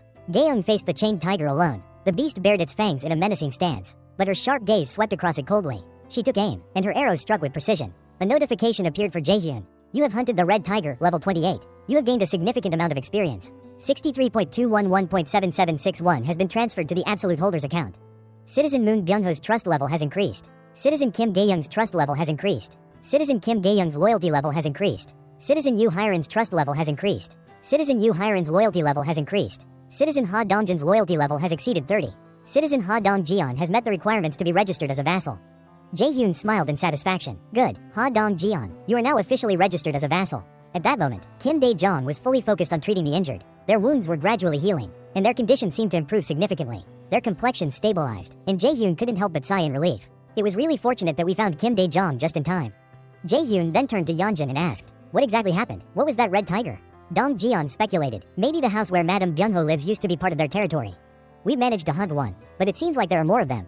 Jae-hyun thought for a moment. No wonder something felt off. Thinking back, there were no traces of goblins around the house. If goblins really needed a shelter, Madame Moon Byung-ho would have been in danger. Luckily, that place built nest there. But considering that Byung-ho's grandmother had been staying safely in the same location, it was clear that no goblins had established themselves in that zone. The presence of red tigers must have been the reason for this, as they had unknowingly occupied the territory. As he pieces everything together, Jae-hyun receives another system notification. The system evaluates Gaeung's completed quest, deducting approximately 73,000 won as the necessary cost for its execution. This expense, while not insignificant, is well worth the benefits gained. Dejung, having finished healing the elderly woman, politely asks if she can return home. However, Jae-hyun instructs her to wait. He gathers everyone's attention, preparing to lay out the next course of action. His first directive is to establish new living arrangements. He assigns a group to move into Unit 2901, which is currently empty. He assures them that electricity, water, and all other necessities for daily living will be provided, making it a stable and safe place for them to reside. Next, he turns to Dabin and informs her that Units 2101 and 2102 are also unoccupied at the moment. He states that he will restore electricity to those units, so that additional survivors can take shelter there. However, he quickly notices that Dabin seems downcast. Understanding her situation, Jae-hyun makes an exception. He tells her that she and her brother can live in one of the units together, while the remaining survivors will share the other unit. But before finalizing the arrangement, he attaches a condition to it. Curious, Dabin immediately asks what the condition is. Jae-hyun wants her to act as a messenger between him and the other survivors. He asks her to spread the news that the team who kills 100 goblins the fastest will be rewarded with an empty house, along with unlimited electricity, water, gas, and food. Additionally, if the team accepts 10 survivors, those survivors will also receive the same benefits. He does this to ensure that those who prove their worth will be properly rewarded. Suddenly, the system interface appears, displaying a new quest to hunt 10 goblins. In a time limit of 168 hours, the rewards will be a small amount of experience, but the penalty for failure is to be prohibited from using shared facilities. After that, another notification with an option asking if he wants to grant it or not. Sungmin runs with all his might, chased by multiple goblins roaring fiercely as they close in on him.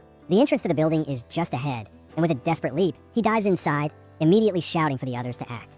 Inside, 3 men stand ready, each gripping an improvised spear. One of them acknowledges his effort with a smirk, while another comments on the overwhelming number of goblins he has brought with him. Without hesitation, they engage the charging creatures, weapons clashing in a fierce struggle. The goblins fight back relentlessly, but the group presses on, steadily cutting them down. As the battle continues, the goblins begin to weaken. The men recognize the shift and prepare for a final assault, but Sunjiob, exuding confidence, suggests showing them something interesting. With precise strength, he hurls his spear, the force of the throw instantly impaling the leading goblins. His display of skill leaves the others visibly impressed. Once the fight settles, Sunjiob casually inquires about their kill count. One claims to have taken down 22, while the other reports 23. He then points out that, together, they have slain over 100 goblins, leaving the others surprised by the sheer number. Meanwhile, Sungmin, still fuming, confronts Sunjiob over the misinformation he had given earlier. He had been assured there would only be a handful of goblins, yet the horde that chased him had been far larger. Sunjiob, however, remains indifferent, dismissing the concern by emphasizing that the outcome has been favorable. They are about to secure a new home. His nonchalant attitude only fuels Sungmin's frustration further, as he recalls how close he had come to death because of the misleading information. Sunjiab appears frustrated, his cold demeanor reflecting his irritation. He reminds the group that he was the one who devised this hunting method and formulated the plan, while the improvised spears were crafted by the twins. He also points out that it was Sungmin himself who had confidently claimed to be skilled at running, leaving Sungmin momentarily speechless, unable to form a response. Without hesitation, Sunjiab adds that if Sungmin is unhappy, he is free to leave the team, as his presence makes little difference at this point. Before tensions escalate further, one of the twins immediately steps in, attempting to calm Sunjiab down while also offering words of praise to Sungmin for his efforts. The other twin follows suit, reassuring Sungmin that he did an excellent job baiting the goblins and emphasizing how his speed played a crucial role in their success. Sunjiab, however, continues to voice his irritation, complaining that Sungmin always manages to get under his skin. At this, the first twin urges Sungmin to apologize, which he reluctantly does, effectively defusing the conflict. With the matter settled, Sunjiab shifts focus back to their objective, stating that it is time to move on to the 21st floor and secure their new home. However, upon arrival, they are met with unexpected news from Dabin. Another team has already claimed the reward. Shock washes over Sunjiab and his group as they struggle to comprehend the possibility of another team having slain 100 goblins even earlier than they did. Disbelief sets in, and Sunjiab briefly considers whether Dabin might be joking, but she quickly assures him that she is serious, even pointing out the group responsible for the feat. To their surprise, the team consists of a young, fit man accompanied by an elderly man and his wife. As Dabin inquires about the house, the young man explains that, in exchange for forfeiting the new home, Mr. Jiho's household will be supplied with electricity, food, and other necessities. Furthermore, Mr. Jiho's daughters will no longer be required to undertake quests. When Dabin raises a concern about the daughters being underage, Mr. Jiho swiftly clarifies that they are already adults. His wife chimes in, playfully adding that their daughters merely appear younger, much like herself. She then goes on to reveal that their daughters are proficient archers, just like her, though their father tends to worry about them excessively. The young man acknowledges this, mentioning that the couple will also receive bows and arrows as part of the arrangement. Dabin, curious about their next move, asks if they intend to continue hunting goblins. Without hesitation, the young man confirms, explaining that Jaehyun has requested the extermination of nearby goblins, as the creatures keep appearing no matter how many are slain. Sunjiab's frustration reaches its peak as he claims that the other group is receiving unfair special privileges. In response, the young man calmly explains that to address any concerns of inequality, Jaehyun has arranged for the second and third teams to receive rewards on the 30th floor. Dabin then turns to Sunjiab, pointing out that things have actually worked out in their favor and instructing him to take his team to the 30th floor, where Jaehyun will be waiting for them. As they ascend in the elevator, Sunjiab discusses his observations with his team, noting that Jaehyun appears to be younger than them. Yet Dabin shows him an unusual level of respect. One of the twins chimes in, remarking that Jaehyun is no god, more like a cult leader. However, Sungmin interjects, arguing that since they are benefiting from Jaehyun's abilities and protection, it isn't right to speak of him in that manner, especially when they are all trying to win his favor. Sunjiab, clearly displeased, shoots him an icy glare, making it clear that the discussion isn't over. As the elevator doors open on the 30th floor, Sunjiab pointedly tells Sungmin that they will have a talk later. Upon arrival, Jaehyun approaches them, and the entire team is momentarily stunned by his presence. Sunjiab quickly composes himself and humbly introduces himself, only for Jaehyun to casually shake his hand and comment on how well they utilize the barrier, praising their strategy.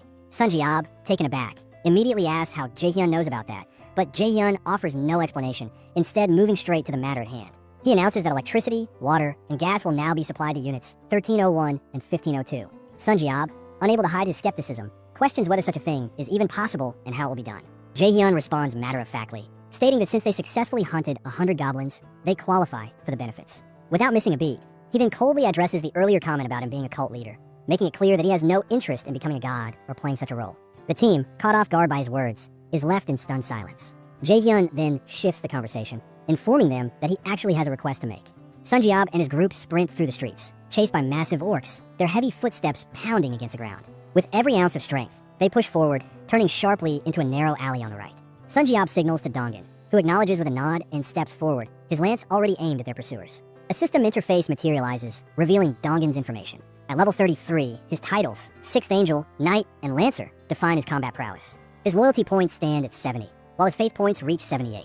His awakened skills, Throw and Thrust, activate in an instant.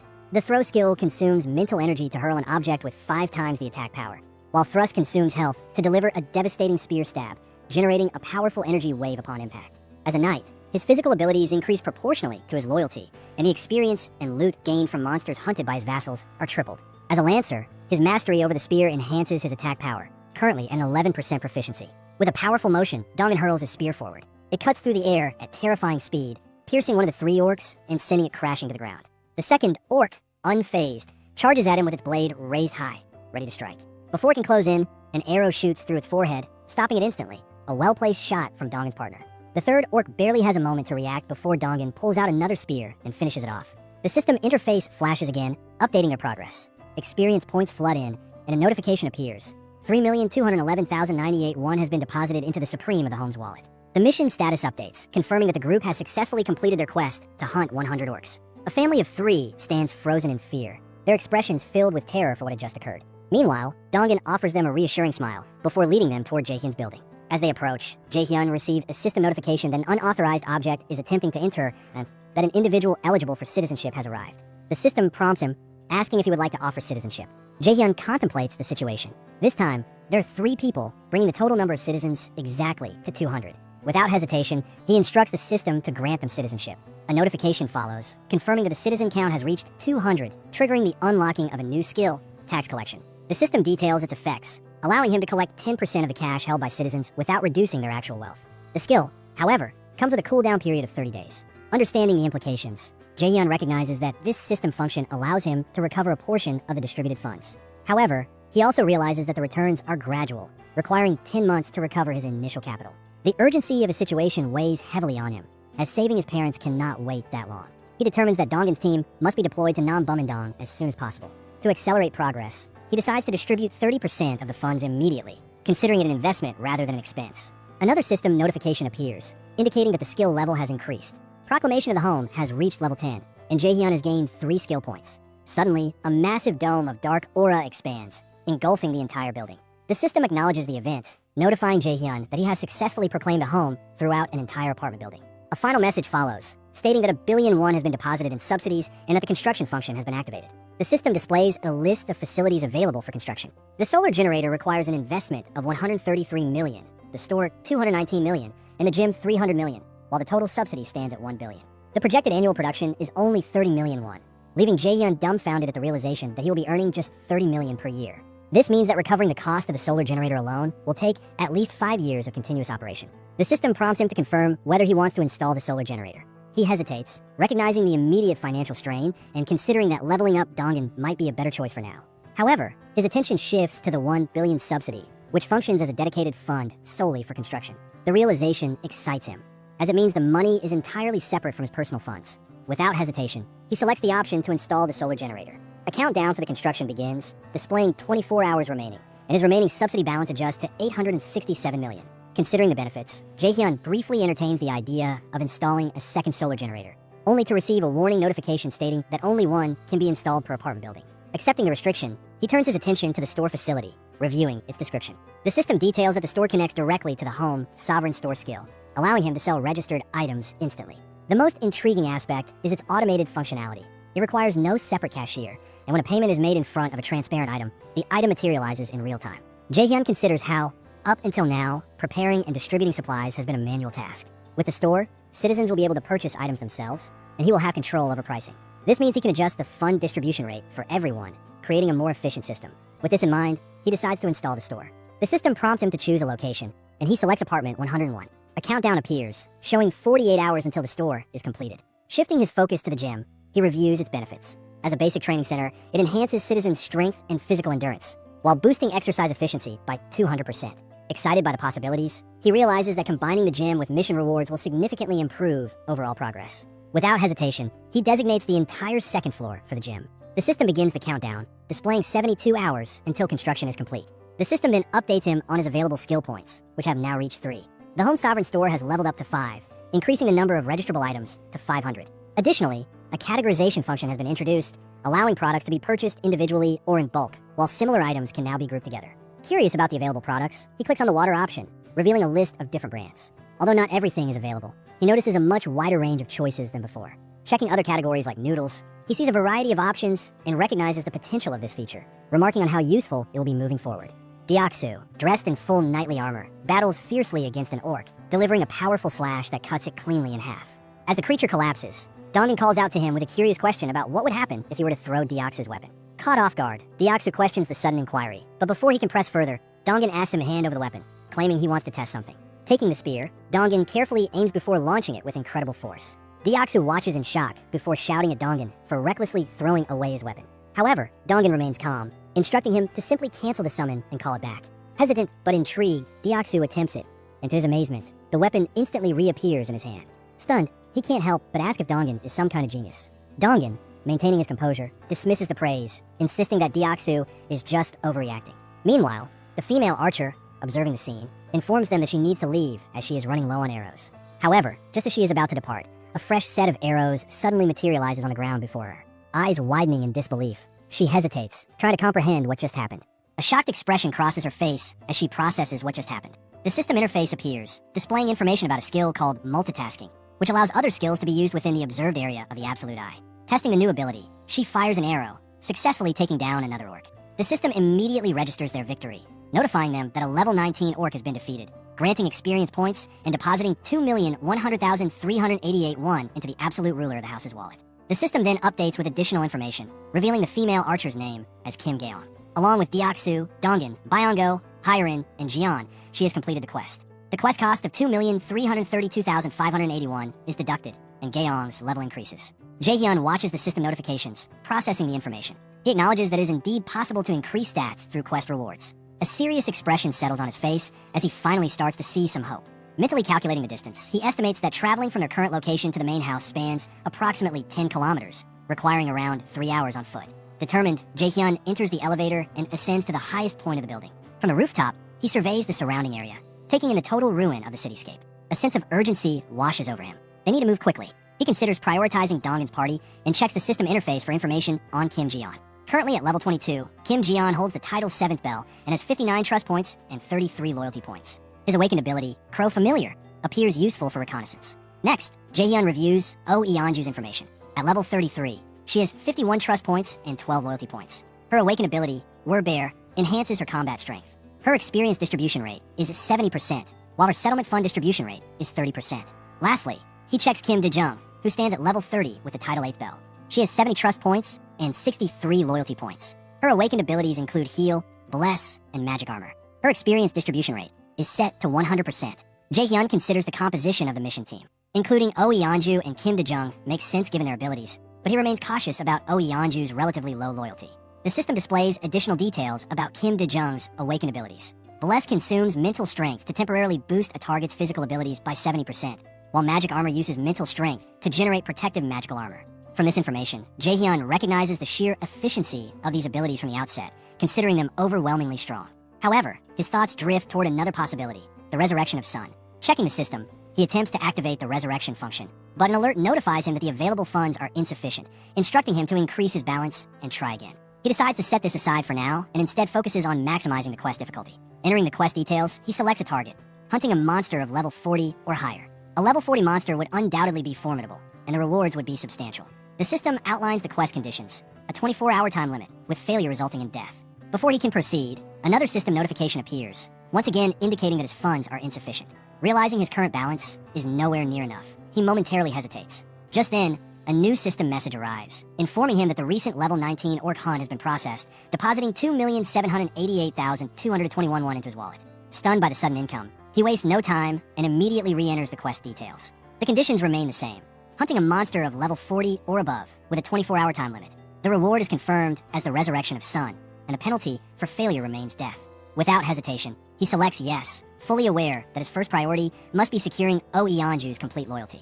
Shortly after, he hears frantic knocking at his door. When he opens it, Oh Eonju stands before him, gasping for breath, having rushed over the moment she saw the quest. Desperation fills her expression as she struggles to find words. Jaehyun calmly reassures her, confirming that it is possible, though bound by a strict time limit. At his words, she collapses onto the floor, breaking down in raw emotion. Tears stream down her face as she thanks him repeatedly, claiming that even if only for a single day, as long as she can see them again, it will be enough. At that moment, the system issues another notification.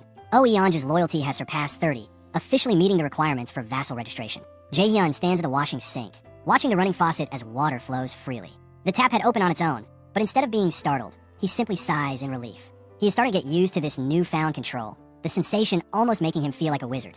A sense of satisfaction settles in as he acknowledges his growing command over 3 essential utilities: electricity, water, and gas. A system notification interrupts his thoughts, informing him that the daily sales of the store have been settled. A total of 320,981 won has been deposited into his wallet. He smiles, realizing that even with a mere 20% profit margin, today's store sales exceeded 1.5 million won. Through the eyes of the Absolute, he is able to oversee the store remotely without needing to be there physically, reinforcing his control over the operations. Meanwhile, elsewhere, a young man questions his companion about their savings goal. His partner responds, estimating that the bao he is eyeing costs 150,000 won, and that they have managed to save around 10,000 won today. At this rate, it would take them about 2 weeks to afford it. The young man scoffs at the calculation, reminding his partner that they also need to budget for ramen and water during that time. Frustrated, the partner concedes, telling him to do the math himself if he thinks he is so smart. Jae-hyun reflects on how drastically the atmosphere has shifted simply by distributing settlement funds. Ever since the mysterious space known as a convenience store appeared on the first floor of the apartment complex, even the smallest amounts of change obtained from hunting goblins have begun to stimulate people's drive. Residents have started venturing beyond the apartment complex to hunt, resulting in steady level-ups and a noticeable increase in participation. The system reveals the current population count, 789 out of a possible 11,000 slots. Observing this rapid growth, Jae-hyun anticipates that the numbers will soon rise exponentially. Jae-hyun receives another system notification. He has successfully hunted a level 18 orc, and 1,243,817 won has been deposited into his wallet. Meanwhile, Oh Eonju, fully transformed into her were-bear form, eliminates multiple goblins with ease. As she reverts to her human form, her teammates, Gaeong and Dejung, check on her, asking if she's alright. Eonju reassures them that even if she gets a little injured, it's nothing to her. She then apologizes for taking most of the kills, explaining that she has her reasons. Gaeong, however, reassures her, saying that thanks to her, they can fight comfortably and safely, so it's not an issue. Observing their dynamic, Jae-hyun confirms that bringing Eonju and Dejung was the right decision. He checks Eonju's updated stats. She has reached level 40 and has earned the title 9th bell. Her trust and loyalty points have both increased to 66. Her awakened abilities now include Were-Bear and Primordial Life Force, while her experience distribution rate has surged to 200%. Her skill set is formidable. The warrior skill enhances close combat attacks by 50%. Primordial Life Force, an A-rank ability, drastically accelerates regeneration the more injuries she sustains. Most alarming, however, is her S-rank skill, Berserk. When triggered by the sight of blood, her eyes turn red, and her physical abilities increase by an astounding 300%. Just as they process this information, a sharp cracking sound echoes through the battlefield. The three women snap their attention forward, their senses on high alert. Moments later, a massive goblin emerges from the shadows,